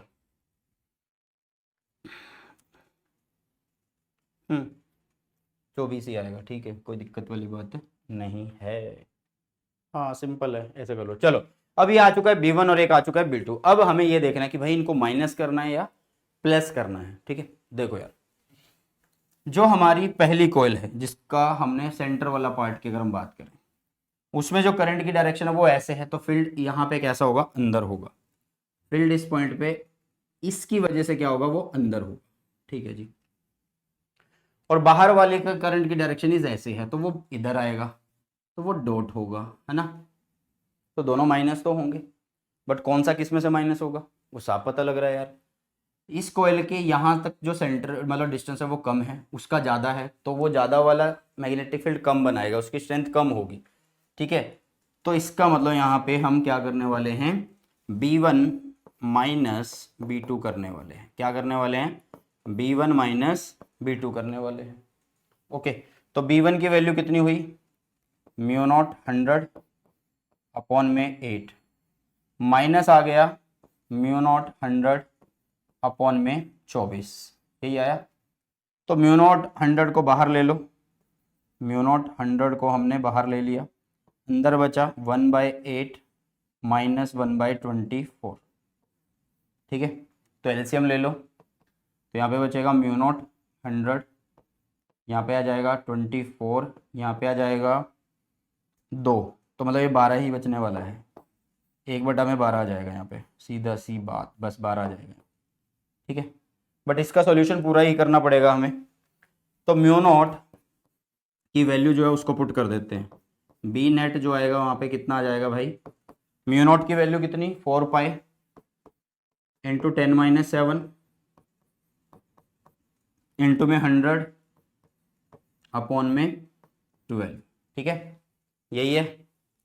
बस इसको कर लो मल्टीप्लाई, तो इसको मल्टीप्लाई अगर हम करें, देखो ये ऐसे बनेगा 4 इंटू 3.14 अगर मैं करूं, ठीक है, तो ये 12.56 आ रहा है, और डिवाइड बाय कर दूं मैं 12, तो अच्छा एक मिनट ऐसा करते हैं, इसको हम ये 2 0 भी इसके अंदर जोड़ देते हैं ना, ये वाली 2 0 इसके अंदर जोड़ देते हैं पहले तो, ठीक है। इसको ऐसे करते हैं, 4 पाई, पाई की वैल्यू इज 3.14 इंटू 10-5, नीचे है 12, तो अब डिवाइड कर लेना, वही आ रहा है 1.047 आ जाएगा, 1.047 इंटू 10⁻⁻5 आने वाला है। मैग्नेटिक फील्ड है तो टेस्ला। डायरेक्शन क्या होगी भाई, देखो ये वाले की जो फील्ड की डायरेक्शन होगी ना वो मानी जाएगी, क्यों, क्योंकि इसका स्ट्रॉन्ग है ना, बड़े में से छोटे वाले को माइनस करा तो बड़े वाले की डायरेक्शन अंदर थी, तो यहाँ पे हम इनवर्ड बोलेंगे, इसकी जो डायरेक्शन होगी वो कैसी होगी, इनवर्ड होगी। कैसी होगी भाई, इनवर्ड डायरेक्शन होगी, इनवर्ड, ठीक है, लिख दिया ये भी। चलो यार, तो अभी आगे के जो क्वेश्चन है वो हम कल करेंगे। चलो तो अब करते हैं नेक्स्ट क्वेश्चन। नेक्स्ट क्वेश्चन क्या है बेटा जी, ध्यान से देखिएगा इस क्वेश्चन को। देखिए इस क्वेश्चन के अंदर देखो, जैसे हमने थोड़ी देर पहले एक क्वेश्चन किया था ये वाला, उसी टाइप का क्वेश्चन है। इसमें क्या था, एक ही कॉइल में करंट की 2 डायरेक्शन थी, ऐसे था, और इस कॉइल के अंदर, इनके अंदर क्या है, वही चीज़ है लेकिन सिंगल सिंगल करंट है, मतलब इधर करंट ऐसे है, इसमें करंट ऐसे है, ठीक है। चलो अब ध्यान से करते हैं इस क्वेश्चन को, क्या बोला गया। 2 identical coil P and Q, each of radius R, lying in perpendicular planes, ये परपेंडिकुलर प्लेन्स है, मतलब एक ऐसे है और एक ऐसे है, ठीक है, okay, such that they have a common centre, उनके पास एक कॉमन सेंटर है, उनके पास एक कॉमन सेंटर है, ये मान लेते हैं कि इनका कॉमन सेंटर है। Find the magnitude and direction of magnetic field at the common centre of the 2 coils if they carry current equal to I and √3I respectively, ठीक है। P एंड Q, P के अंदर current कितना है, I है, और दूसरी है Q, तो Q के अंदर करंट कितना है, √3I है, √3I है भाई साहब, ठीक है। ये अभी हम इसको करने वाले हैं। अब ध्यान से देखना यार, ध्यान से देखना। अब नीचे वाली जो कॉइल है उसके अंदर करंट आपको दिख रहा है, तो आपको क्या करना है, उस करंट की डायरेक्शन में अपनी फिंगर लगाओ, राइट हैंड की कर्ल करो, जो डायरेक्शन होगी वो किसकी डायरेक्शन है, मैग्नेटिक फील्ड की डायरेक्शन है, ठीक है। मतलब P की वजह से जो फील्ड है वो इस साइड जा रहा है, मतलब ये magnetic field due to P है, ओके। नीचे वाली जो प्लेन, हॉरिजॉन्टल प्लेन में, वर्टिकल प्लेन वाली को देखो भाई, वर्टिकल प्लेन वाली में करंट ऐसे है, तो फील्ड उधर जाएगा, फील्ड उधर जाएगा, यस, तो ये हुआ magnetic field due to Q coil, magnetic field due to Q coil आ चुका है, ठीक है। अब हमें क्या करना है, इनके सेंटर पे फील्ड निकालना है, तो भाई कॉमन सी बात है, कहीं ना कहीं इस डायरेक्शन में फील्ड आएगा, बी नेट इस साइड आएगा, तो हम सबसे पहले क्या करते हैं, अकेला अकेला, मतलब अकेले अकेले कॉइल के लिए मैग्नेटिक फील्ड लिख देते हैं। तो हम सबसे पहले लिखेंगे magnetic field due to P coil, उसको लिखा मैंने बी पी से, तो वो क्या होगा, सेंटर पे अगर निकालना है तो म्यू नॉट, करंट उसमें कितना भाई, पी के अंदर आई है, नीचे लिखेंगे 2, और रेडियस दोनों का सेम है, तो इसलिए इसको लिखेंगे आर। हम लोग क्या लिखने वाले हैं, आर लिखने वाले बेटा जी, ठीक है। अब क्यू की वजह से लिखते हैं, तो क्यू का कितना होगा, B Q is equal to mu naught I by, अच्छा इसमें आई नहीं है, इसमें √3I है, इसमें जो करंट है वो √3I है, √3I अपॉन में 2R, रेडियस सेम है। एक इक्वेशन हमारे पास ये आ चुकी है, एक इक्वेशन हमारे पास ये आ चुकी है भाई। मैग्नेटिक फील्ड एक वेक्टर क्वांटिटी है ना, एक जा रहा है ऊपर की तरफ, एक जा रहा है इधर की तरफ, तो क्या रिजल्टेंट निकाल सकते हो, यस हम रिजल्टेंट निकाल सकते हैं, ठीक है। तो हम यहाँ पे बी नेट कैसे निकालेंगे, बी नेट अगर हम निकालेंगे तो वैसे निकाल सकते हैं कि बी पी का स्क्वायर करो प्लस बी क्यू का स्क्वायर करो, दोनों को ऐड करो, अंडर रूट कर दो, ये तो पता होगा, ये बेसिक है भाई। चलो तो यहाँ पे आ जाएगा क्या, देखो बीपी कितना है, ये रहा, तो इसका स्क्वायर लिख दो, ये आएगा म्यू नॉट आई अपॉन में 2r, उसका हो गया स्क्वायर, ठीक है। प्लस हो गया बी क्यू वाला, तो बी क्यू वाला कितना है, mu naught under root 3i upon में 2r है, और इसका भी क्या होगा, स्क्वायर होगा, ठीक है। इसका भी क्या होगा, स्क्वायर होने वाला है, ठीक है। अब ध्यान से देखो यार, अगर हम कॉमन निकाल लें इनमें से, म्यू नॉट बाहर आ जाएगा, आई बाहर आ जाएगा, 2 बाहर आ जाएगा, r बाहर आ जाएगा। स्क्वायर क्यों नहीं बाहर आया, अरे भाई अंडर रूट में से बाहर लेके आ रहे हो ना, तो इसलिए सिंपल ही आएगा ये। और यहाँ पे क्या बचा आप लोगों के पास, इधर बचेगा यार 1, इधर क्या बच जाएगा, अंडर रूट 3 का स्क्वायर बचा था यहाँ पे, तो अंडर रूट 3 का स्क्वायर इज यहाँ पे हो जाएगा 3, यस और नो। और 1 + 3 इज 4, 1 + 3 इज 4 होने वाला है, यहाँ पे क्या होने वाला है, 4, और 4 का अंडर रूट, भाई 4 के ऊपर क्या है, अंडर रूट है, तो ये क्या हो जाएगा भाई, अंडर रूट 4, ये क्या हुआ 2 होगा या नहीं होगा, तो इसलिए यहाँ पे आ गया 2, तो ये आ गया यहाँ पे आप लोगों के पास क्या 2 भाई साहब, तो ये आ चुका है 2 ने इस 2 को कैंसिल किया, तो बी नेट की जो वैल्यू आई है मेरे पास, वो आ चुकी है कितनी, mu naught I by R आ चुकी है, कितनी आ चुकी है, आई बाय आर आ चुकी है। मेरे ख्याल से ये सारी चीजें आप लोगों को समझ में आ गई होंगी, जल्दी से एक बार सभी बच्चे बताइएगा। अब दूसरा क्या पूछा है यार, यहाँ पे दूसरा पूछा है फाइंड द मैग्नीट्यूड हो चुका है, दूसरा पूछा है इसने डायरेक्शन, कि आप लोग डायरेक्शन भी बताओ। तो डायरेक्शन आप लोगों को दिख रही है, कहाँ जा रहा है, ठीक है, ये है बी नेट, तो ये जा रहा है भाई इधर, मान लेते हैं ये इधर कुछ एक एंगल बना रहा है थीटा, इसके साथ ये एक एंगल बना रहा है थीटा, तो आप यहाँ पे क्या करो, डायरेक्शन निकालने के लिए क्या कर दो, टेंजेंट निकाल दो, हाँ जी, डायरेक्शन निकालने के लिए आप क्या कर दो, यहाँ पे टेंजेंट निकाल दो। तो मैं अगर यहाँ पे tan थीटा लिखता हूँ, तो वो क्या आएगा, परपेंडिकुलर आएगा और बेस आ जाएगा। परपेंडिकुलर कौन है, ये वाला फील्ड बी पी, ठीक है। ऐसे ही करते हैं ना, देखो यहाँ पे देख बताता हूँ मैं आप लोगों को, पंडित बद्री प्रसाद हर हर बोले, तो परपेंडिकुलर बाय में बेस, परपेंडिकुलर कौन है, बी पी, और बेस कौन है, बी क्यू, ठीक है। तो यहाँ पे हम लिखेंगे बी पी अपॉन में बी क्यू, वैल्यूज आप लोगों के पास ऑलरेडी है, सिर्फ आप लोगों को भाई साहब पुट करनी है। एक ये रही, ऊपर रखेंगे, फिर इसको रखेंगे, दोनों को डिवाइड करना, आप लोगों के पास थीटा की वैल्यू आ जाएगी, ठीक है।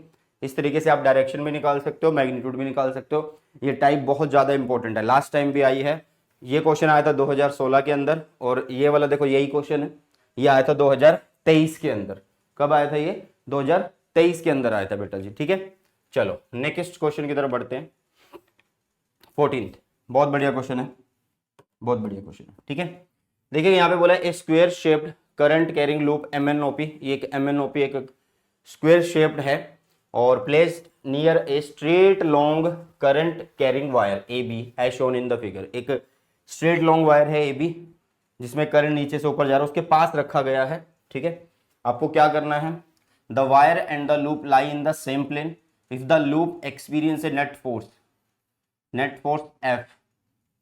ये बोल रहे कि भाई यहाँ पे जो नेट फोर्स है, यहाँ पे एक मिनट, यहाँ पे जो नेट फोर्स है वो कितनी है, इन्होंने बोला कि नेट फोर्स है भाई साहब F, कितनी है, F है, ओके, ठीक है।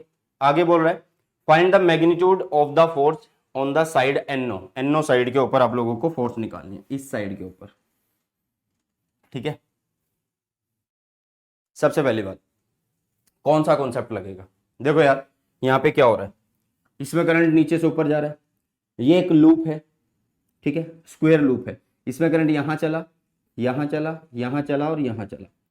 यहाँ पे पैरेलल करंट्स वाला कॉन्सेप्ट लगेगा, इन दो के बीच में एक फोर्स लगेगी, फिर इसके और इसके बीच में एक फोर्स लगेगी, है ना, इसके और इसके बीच में एक फोर्स लगने वाली, और नेट फोर्स तुम्हें बता भी रखी है, नेट फोर्स तुम्हें बता भी रखी है। तो हम पहले काम करते हैं, नेट फोर्स निकाल लेते हैं, ठीक है। सर दे तो रखी है, अरे भाई फाइंड आउट करके तो देखे एक बार।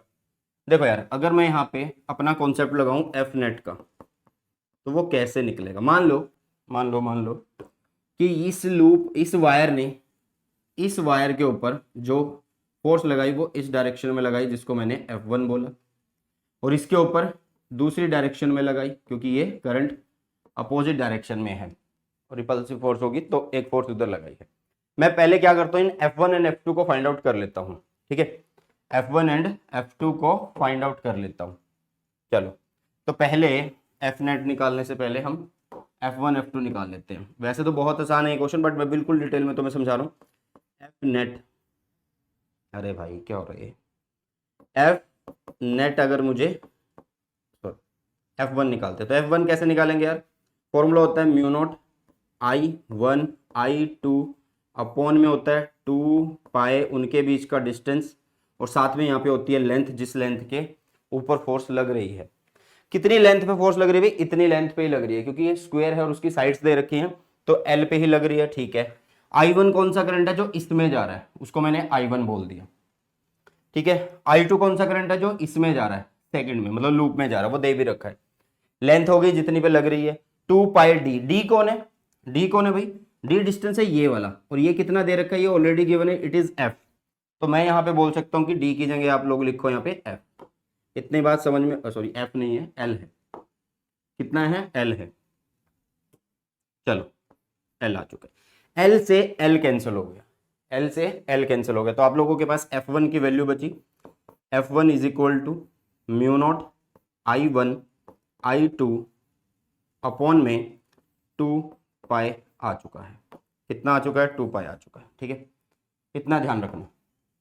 सिमिलरली अब F2 की निकाल लो, F2 उसके ऊपर लग रहा है तो वही F2 इज इक्वल टू क्या होगा, म्यू नॉट, फर्स्ट वाले के अंदर करंट है I1, दूसरे वाले के अंदर करंट है I2, कितनी लेंथ पे लग रही है अभी, L लेंथ पे लग रही है, नीचे 2 पाई इंटू डिस्टेंस। अब यहां से इस पे फोर्स लग रही है, इस ब्रांच के ऊपर फोर्स लग रही है, तो भाई ये L, ये L, तो ये 2L हो गया ना।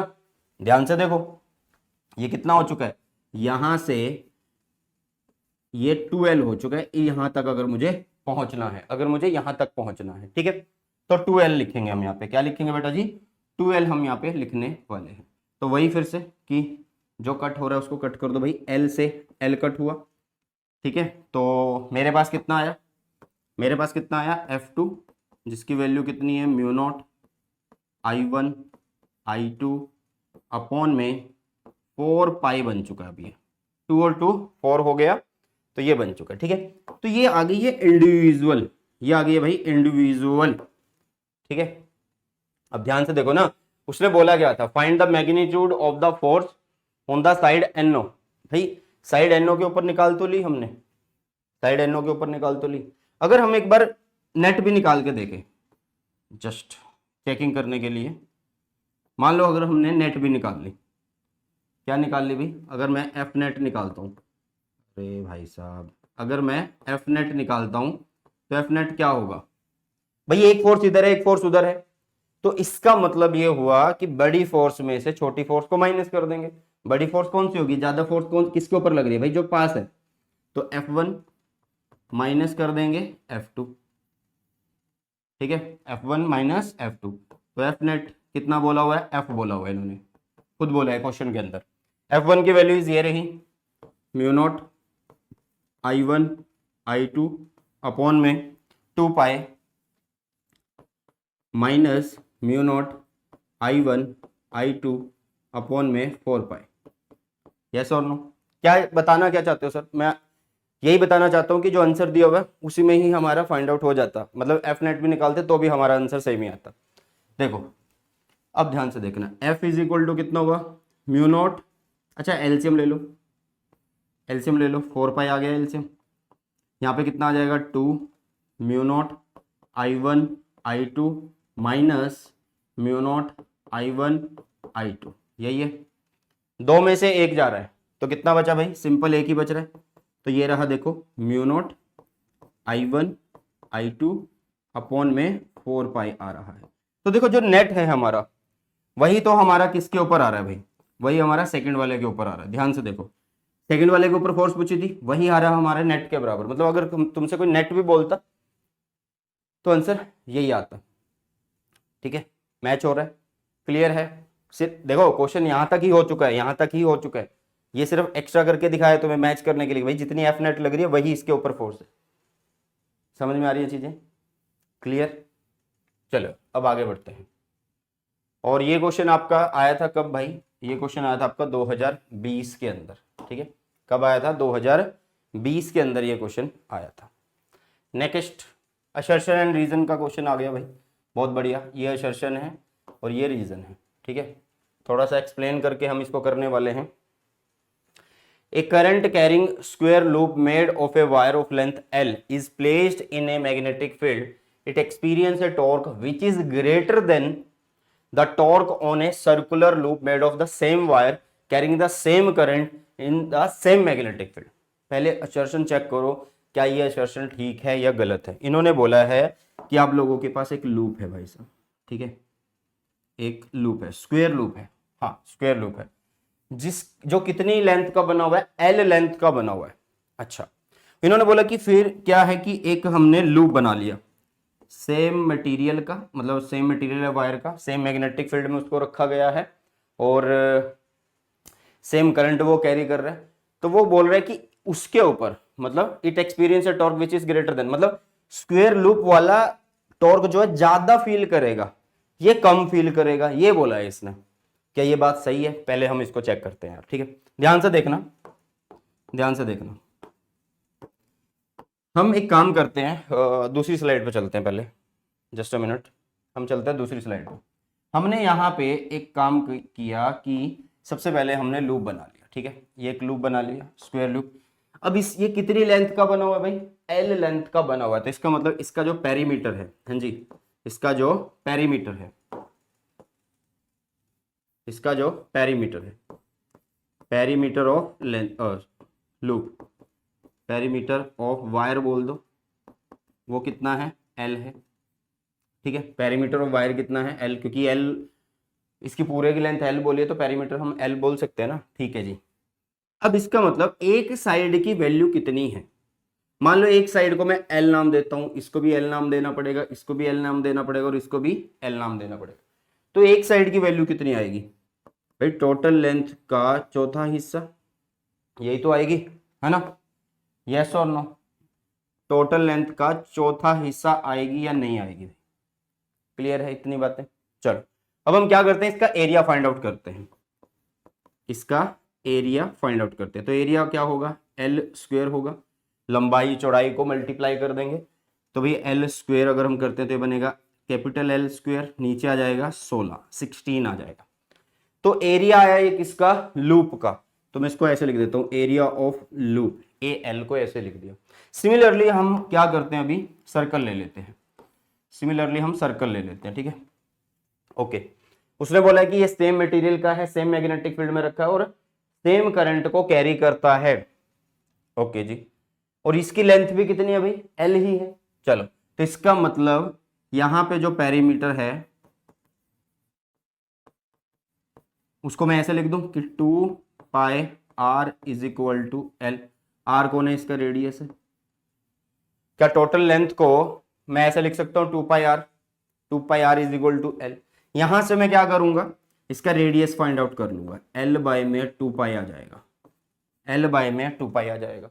अब मैं इसका एरिया निकाल लूंगा, एरिया, एरिया क्या होगा भाई, क्या है, ये एक सर्कुलर लूप है, तो पाई आर स्क्वायर। तो यहाँ पे क्या होगा, पाई आर का स्क्वायर कितना होगा, एल स्क्वायर, नीचे आएगा 4, यहाँ पे आएगा पाई स्क्वायर, ये स्क्वायर से इस पाई को कट हो गया। तो हमारे पास एरिया ऑफ, एक मिनट, इसको ना स्क्वायर कर दो, इसको आप स्क्वायर लिखो यहाँ पे, इसको स्क्वायर कर दो और इसको सर्कुलर कर दो। ठीक है, ये कितना आया है, ये आया है एल स्क्वायर, नीचे आया है क्या, 4 पाई, नीचे कितना आया भाई, 4 पाई आया है। ठीक है, अब ध्यान से देखो यार, कौन सा एरिया बड़ा दिख रहा है तुम्हें, एल स्क्वायर है, यहाँ पे भी एल स्क्वायर है, यहाँ पे 16 है नीचे की तरफ, क्या है 16, यहाँ पे 4 पाई है, मतलब लगभग 12 कुछ आ रहा है ना। तो भाई इसका मतलब ये है कि एरिया ऑफ जो स्क्वायर है और एरिया ऑफ जो सर्कल है उनके बीच में क्या रिलेशन हो सकता है। भाई ये टर्म बड़ी है या ये टर्म बड़ी है, ये टर्म छोटी है, ये टर्म बड़ी है। जिसकी ये टर्म बड़ी है तो उसका एरिया कम आएगा, एरिया कम आएगा मतलब एरिया ऑफ सर्कल जो है वो यहाँ पे हमने फाइंड आउट कर लिया कि वो ज्यादा है। बट सर हमसे तो टॉर्क के बारे में पूछा गया था, क्या बोला गया था सेशन में कि टॉर्क कौन ज्यादा फील करेगा, कौन फील करेगा, एक स्क्वायर जो है वो फील कर रहा है टॉर्क ज्यादा। भाई टॉर्क का फॉर्मूला लिख लो, N I A B sine theta, यही होता है। एरिया किसका ज्यादा है, भाई सर्कल का ज्यादा है, तो टॉर्क भी वही ज्यादा फील करेगा ना, यस और नो। तो इसका मतलब हमारा असर्शन जो है वो गलत है, असर्शन जो है भाई साहब वो गलत है, ठीक है, असर्शन जो है वो गलत है। ओके, सेकंड पढ़ते हैं, रीजन क्यों गलत है वो देख लेते हैं। Reason, square loop occupies more area, अरे भाई ये भी गलत है। कौन ऑक्यूपाई कर रहा है ज्यादा, सर्कुलर लूप ऑक्यूपाई कर रहा है ज्यादा एरिया। तो इसलिए क्या है यहाँ पे कौन सा ऑप्शन होगा, असर्शन भी गलत है, रीजन भी गलत है। तो assertion A is false, reason is also false. तो ये 2023 के अंदर आया था बेटा जी क्वेश्चन, ठीक है। और आंसर क्या आएगा इसका, डी आने वाला है, इसका आंसर क्या आने वाला है, डी आने वाला है। क्लियर है, इस तरीके से करने होते हैं असर्शन रीजन के क्वेश्चन, ये नहीं है कि बस पढ़ लिए, टॉपिक पढ़ लिया और बात खत्म हुई, ठीक है। चलो नेक्स्ट, ये सारी पीडीएफ आप लोगों को टेलीग्राम चैनल पे मिल जाएगी। ये भी क्वेश्चन आपका 2023 में आया है, ठीक है। क्या बोला गया है इस क्वेश्चन के अंदर, असर्शन है the deflecting torque acting on a current carrying loop is zero when its plane is perpendicular to the direction of magnetic field. एक करंट कैरिंग लूप है, ठीक है जी, एक करंट कैरिंग लूप है, ठीक है, एक करंट कैरिंग लूप, एक minute, the deflecting torque acting on a current carrying loop is zero when its plane, इसका प्लेन, ये प्लेन है, ये प्लेन है, is perpendicular to the magnetic field. इसी साइड में इसका एरिया वेक्टर है और इसी साइड में इसका मैग्नेटिक फील्ड है। तो टॉर्क का फॉर्मूला क्या होता है भाई, टॉर्क का फॉर्मूला होता है टाउ इज इक्वल टू क्या होगा, ठीक है, एम क्रॉस बी होगा, ठीक है, एम क्रॉस बी होने वाला है। या इसको ओपन करते हैं तो हमें क्या मिलता है, I A B sine theta, कुछ ऐसा बना सकते हो आप।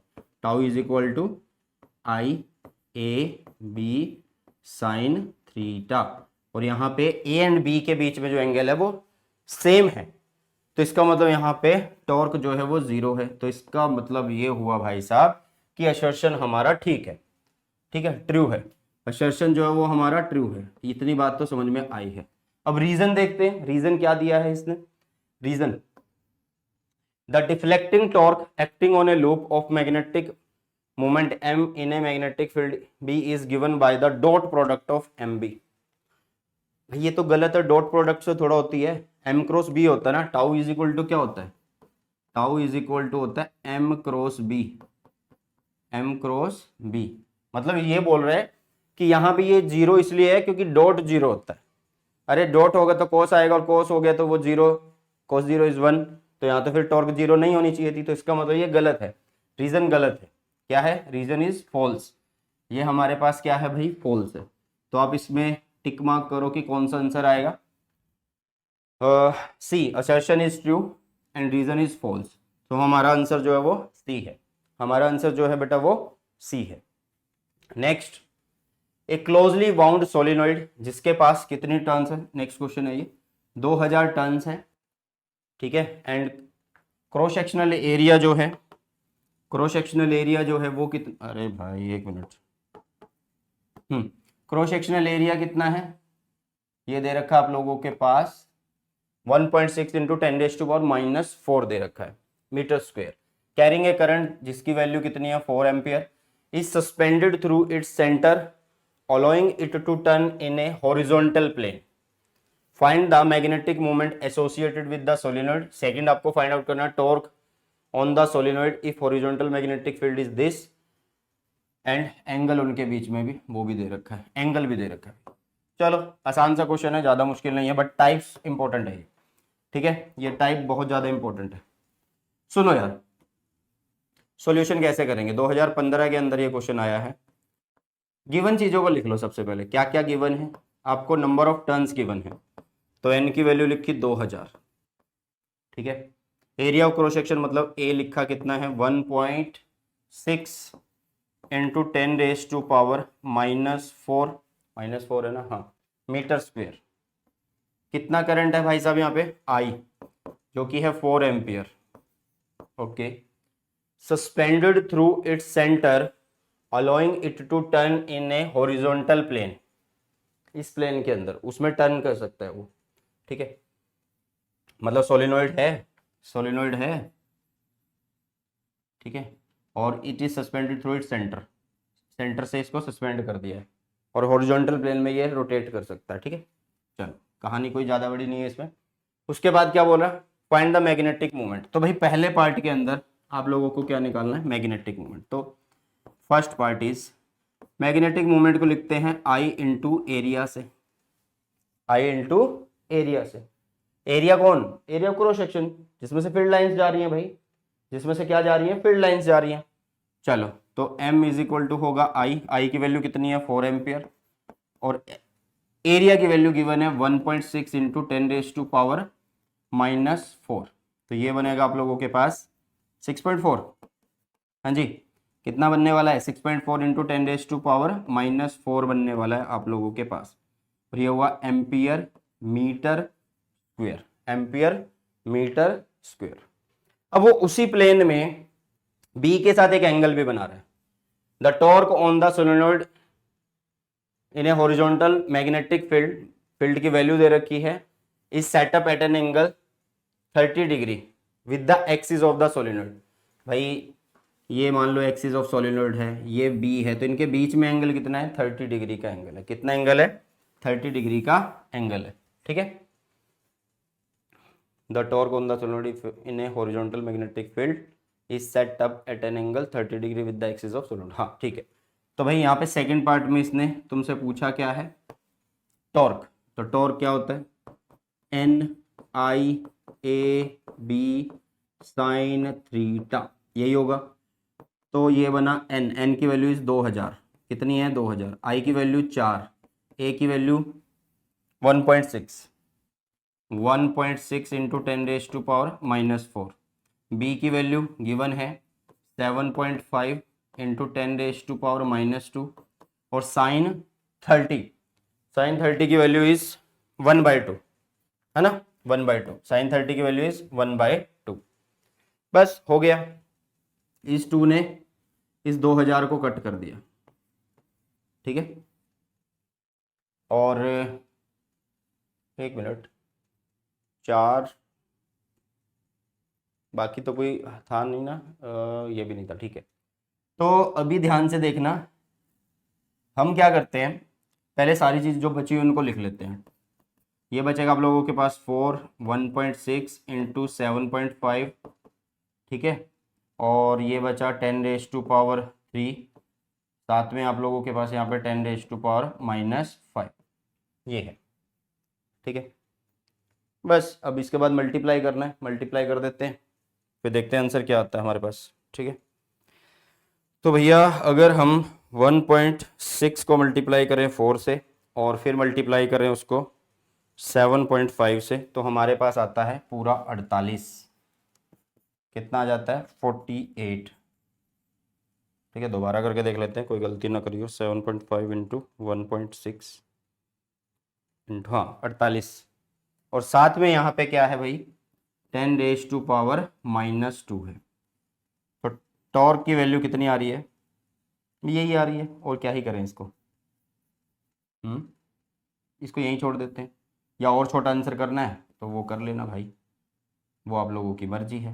मतलब आप इसको ऐसे भी लिख सकते हो कि टॉर्क इज इक्वल टू 48/100, मतलब आप इसको 0.48 भी लिख सकते हो। क्या लिख सकते हो, 0.48 भी लिख सकते हो। क्लियर है। कोई गलती तो नहीं हुई? एन की वैल्यू कितनी है 2000, आई की वैल्यू 4 है, एरिया की वैल्यू 1.6 10⁻⁴, 7.5 इंटू 10⁻2 है।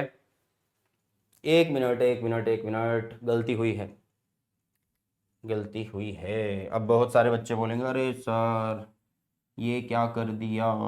रुको भाई, रुको रुको रुको रुको रुको, देखो यहाँ पे हम लिखेंगे टाउ, ये कितना हुआ 4, ये हुआ 1.6 और फिर कितना है 7.5 है। ठीक है जी, पहले मैंने नंबर्स लिख लिए जो रह गए, अब पावर्स वाले लिख लेते हैं। 10⁻4 10⁻2 तो कितना हुआ 10⁻6 हो गया, 10⁻6 प्लस में 3 कर देता हूँ। ठीक है, अब होगा सही। तो ये बनेगा हमारे पास मल्टीप्लाई करके वही 48 इंटू 10⁻³ बनने वाला है। ठीक है, ऐसे बनेगा। ओके चलेगा। अच्छा ये क्वेश्चन कब आया था? 2015 के अंदर आया था। नेक्स्ट 18वां question.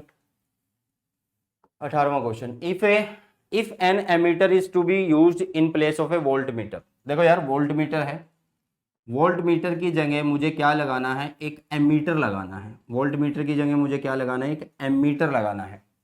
We must connect with the ammeter A. Ammeter के साथ हमें क्या कनेक्ट करना होगा? जी, एमीटर के साथ हमें क्या कनेक्ट करना होगा? देखो सबसे पहली बात, वोल्ट मीटर है, उसका रेजिस्टेंस क्या होना चाहिए? ज़्यादा होना चाहिए ताकि वोल्टेज ड्रॉप यहीं पे हो। इसका कम होता है तो इसका मतलब इसका रेजिस्टेंस हमें बढ़ाना पड़ेगा, और बढ़ाने के लिए हम क्या करेंगे? इसके सीरीज में ही हमें क्या लगाना पड़ेगा? एक रेजिस्टेंस लगाना पड़ेगा, और हाई वैल्यू का होना चाहिए। So the answer is low resistance parallel, low resistance series, high resistance parallel, D high resistance in series. 21-22 के अंदर ये क्वेश्चन आया था। कब आया था बेटा? 21-22 के अंदर ये क्वेश्चन आया था। क्लियर? चल next, briefly describe how the current sensitivity of a moving coil galvanometer can be increased. okay, अच्छा जो थ्योरी होगी यार वो मैंने ऑलरेडी करवा रखी है तुम्हें वन शॉट में, तो वहां से देख लेना। ये क्वेश्चन कब आया है? ये 2023 में आया है। ठीक है, कब आया है? 2023 में आया है। सुनना ध्यान से क्या कहता है ये। आपको क्या बताना है फर्स्ट पार्ट के अंदर? ए पार्ट के अंदर ये पूछ रहा है कि current sensitivity of a moving coil galvanometer को कैसे इंक्रीज किया जा सकता है। जो करंट सेंसिटिविटी होती है उसका फॉर्मूला होता है N number of turns, A is area, B is magnetic field, and नीचे होता है कांस्टेंट, टोरोजनल कांस्टेंट, प्रोपोर्शनैलिटी कांस्टेंट। ठीक है, तो इसका मतलब ये है कि भाई नंबर ऑफ टर्न्स को मैं इंक्रीज कर दूं, एरिया को मैं इंक्रीज कर दूं, और जो B है उसको रेडियल मैग्नेटिक फील्ड बनाऊं। कैसा? रेडियल मैग्नेटिक फील्ड, क्योंकि स्ट्रेंथ बढ़ जाएगी फिर, रेडियल मैग्नेटिक फील्ड। तो भाई करंट सेंसिटिविटी जो है वो इंक्रीज हो सकती है। ठीक है, तो जो है करंट सेंसिटिविटी जो है वो इंक्रीज हो जाएगी। मतलब यहाँ पे uniform radial magnetic field, uniform radial magnetic field आप लोग बोल सकते हो। ठीक है, यस और नो? क्लियर? ठीक है, चलो अब आगे बढ़ते हैं। नेक्स्ट क्या बोला गया है? क्वेश्चन है, अच्छा क्वेश्चन है, इस टाइप का आता है, और ये 2023 में आया हुआ है। A galvanometer shows full scale deflection. भाई कौन शो कर रहा है? गैल्वेनोमीटर शो कर रहा है ना, डिफ्लेक्शन तो कौन शो कर रहा है? गैल्वेनोमीटर शो कर रहा है ये डिफ्लेक्शन। ओके, तो इसका मतलब ये क्या दिया हुआ है हमें बी पार्ट के अंदर? भाई आई जी गिवन है, कितना है जी? आई जी ही बोला है भाई। A galvanometer show full scale deflection for current Ig. A resistance R1 is required to convert it into a voltmeter. मतलब ये बोल रहा है कि आप लोगों के पास एक गैल्वेनोमीटर है। ठीक है, मान लेते हैं इसका रेजिस्टेंस दी है, इसके सीरीज में एक रेजिस्टेंस हमें लगाना है जिसकी वैल्यू है R1। A resistance R1 is required to convert it into a voltmeter. अब इसकी रेंज कितनी है? 1 वोल्ट है, 0 से 1 वोल्ट, तो भाई रेंज इसकी कितनी है? 1 वोल्ट है। ओके, अब दूसरी कंडीशन इसने बोली, and a resistance R2 to convert it into a voltmeter of range 2 volt. ठीक है, ये पहली कंडीशन है। वही दूसरी बोल रहा है कि उसी गैल्वेनोमीटर को अगर हमें उसके सीरीज में एक R2 रेजिस्टेंस अगर हम लगा देते हैं तो रेंज बन जाएगी कितनी? 2 वोल्ट। ठीक है। तो हमें फाइंड आउट क्या करना है, find the resistance of the galvanometer. आपको गैल्वेनोमीटर का रेजिस्टेंस फाइंड आउट करना है। कर देते हैं भाई। पहले इसके अकॉर्डिंग, फर्स्ट केस के अकॉर्डिंग अगर हम लिखना चाहें केस को तो कैसे लिख सकते हैं, देखो केस फर्स्ट, ज्यादा ही बड़ा हो गया ये, तो थोड़ा सा छोटा करते हैं इसको, ठीक है। अब सुनो यार, पहला केस क्या कहता है, पहला केस कहता है मान लो यहां से कुछ ना कुछ यार वोल्टेज होगी तभी तो ये मतलब ऐसे हम लिख सकते हैं इसको, अगर तुमने गैल्वेनोमीटर पढ़ा है, V is equal to current कितना होगा, इसमें करंट मान लेते हैं कि ये IG करंट है यहाँ पे, ठीक है, कहीं से आ रहा है, V से आ रहा है, तो V is equal to IG, यहाँ पे लिखेंगे हम क्या, G प्लस में R1 हम लिख सकते हैं, यस और नो, G प्लस में R1 लिख सकते हैं। V की वैल्यू यहाँ पे इसने कितनी बोली है भाई, 1 वोल्ट बोली है, कितनी बोली है, 1 वोल्ट, तो इसको मैं फर्स्ट केस में इसको 1 लिख देता हूँ, रेंज, ठीक है, ओके। दूसरे में उसने 2 वोल्ट बोली है, तो केस 2 में मैं इसको ऐसे लिख दूंगा, केस 2 में मैं इसको ऐसे लिख दूंगा, 2 volt is equal to IG G plus में R2, अब 2 की बात हुई है, ठीक है। तो ये हो गई हमारे पास पहली इक्वेशन, ये होगी हमारे पास दूसरी इक्वेशन। दोनों इक्वेशन को मैं क्या कर देता हूँ, डिवाइड कर देता हूँ, दोनों इक्वेशन को मैं क्या कर देता हूँ, डिवाइड कर देता हूँ, और फाइंड आउट कर लेंगे हम G की वैल्यू। देखो यार क्या होने वाला है, दोनों को अगर मैं डिवाइड करता हूँ तो मेरे पास, मतलब मैं 2 को डिवाइड कर देता हूँ फर्स्ट से, तो मेरे पास बचेगा यहाँ पे क्या, 2 इज इक्वल टू IG, यहाँ पे आ जाएगा G प्लस में R2 अपॉन में मैं कर रहा हूँ 1 is equal to IG G plus में R1, ठीक है।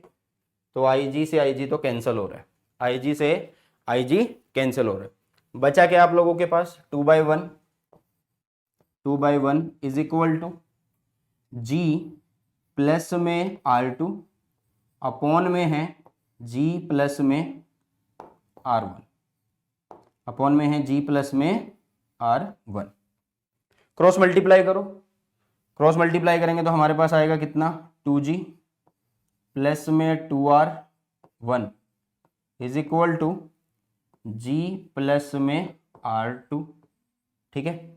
अब 2G माइनस ये G इधर हो जाएगा, इधर वाला इधर आ गया, और ये हो गया R2 माइनस 2R1, 2R1। तो हमारे पास G की जो वैल्यू आएगी वो कितनी आएगी भाई, हमारे पास जो G की, मैं इधर लिख देता हूँ आंसर, ठीक है। हमारे पास जो G की वैल्यू आएगी वो आएगी G is equal to R2 minus 2R1 आने वाली है, ठीक है। सो इस टाइप के क्वेश्चन है भाई जो आप लोगों को अपने बोर्ड एग्जाम में देखने को मिलते हैं, ओके, समझ आया ये क्वेश्चन। और ये क्वेश्चन 2023 में रीसेंट, अभी जो लास्ट टाइम बोर्ड हुआ था ना CBSE का, उसमें आए थे 22-23 के अंदर।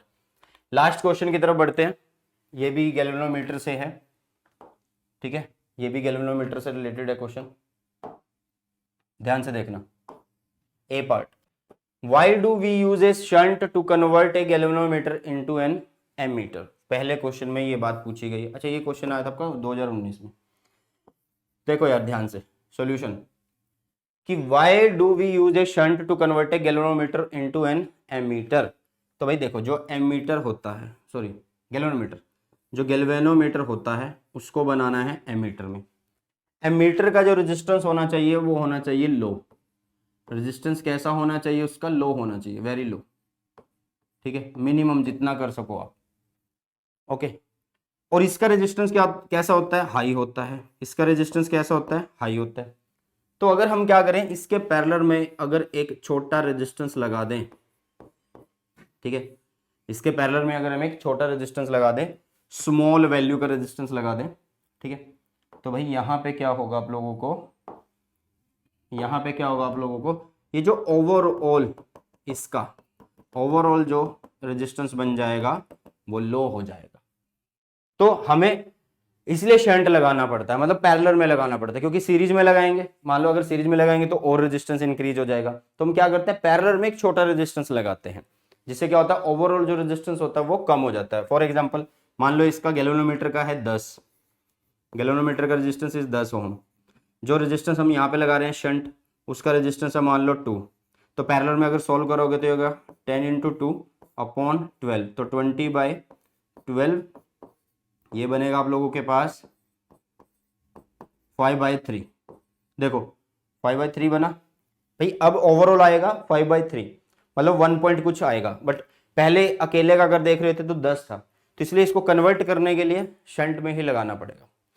नेक्स्ट है एक galvanometer of resistance. Second part आप लोगों के पास बी पार्ट जो है वो क्या दिया हुआ है, एक गैल्वेनोमीटर ऑफ रेजिस्टेंस दे रखा है भाई 15 ohm shows a full scale deflection on meter scale for a current of 6 milli ampere. तो मतलब ये Ig की वैल्यू दे रहा है ना, क्योंकि कौन शो कर रहा है, ये शो कर रहा है भाई गैल्वेनोमीटर, तो गैल्वेनोमीटर का करंट आ गया। ठीक है जी। Calculate the value of the shunt, shunt की वैल्यू हमें निकालनी है, शंट की वैल्यू निकालनी है। Required to convert the galvanometer into an ammeter, जिसकी रेंज कितनी है, रेंज होनी चाहिए भाई 6 एम्पियर तक। 0 से 6 है, मतलब 6 माइनस 0 लिखेंगे तो 6 ही आएगा। ठीक है, तो इस तरीके के क्वेश्चन में क्या करना है यार, देखो यहीं से पता लगा लो। यहां से मान लो अगर करंट है आई, यहाँ पे करंट गया कितना Ig, तो यहाँ कितना चला जाएगा I माइनस Ig, यही होगा।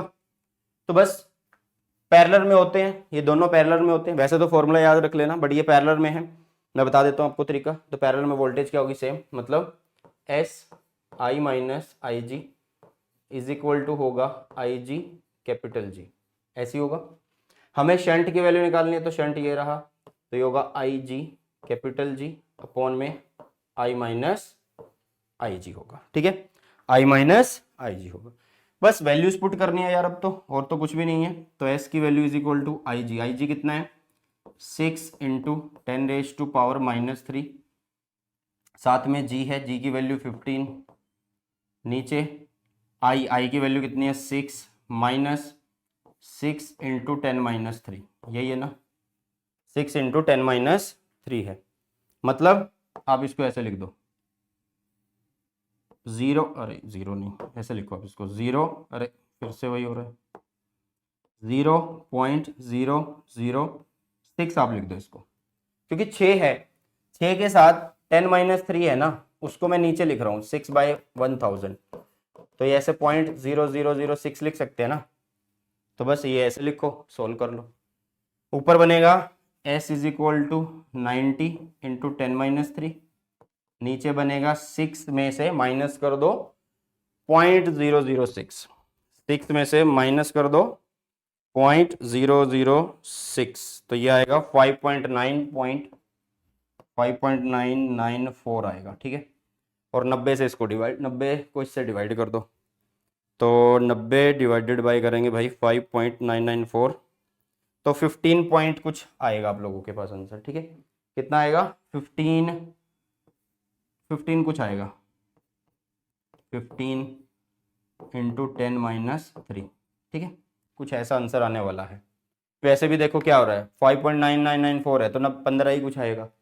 मान लो यहाँ पे 6 होता, तो ये 6 इसको कहाँ पे कट कर, 90 को कहाँ पे कट करता, 15 पे ही कट करता, तो 15 मिली ओहम जो है इसका रेजिस्टेंस आ चुका है। ठीक है, तो ये है भाई साहब आप लोगों के पास लास्ट क्वेश्चन इस चैप्टर का, और अभी के लिए बस खत्म करते हैं फिर इस चैप्टर के PYQ का। इसका वन शॉट ऑलरेडी अपलोडेड है चैनल पे, वो आप लोग देख लीजिएगा। एंड साथ में अगर आप लोगों को प्रीवियस ईयर देखना है तो इस वीडियो को देख लेना, जल्दी ही रे ऑप्टिक्स का वन शॉट भी आने वाला है।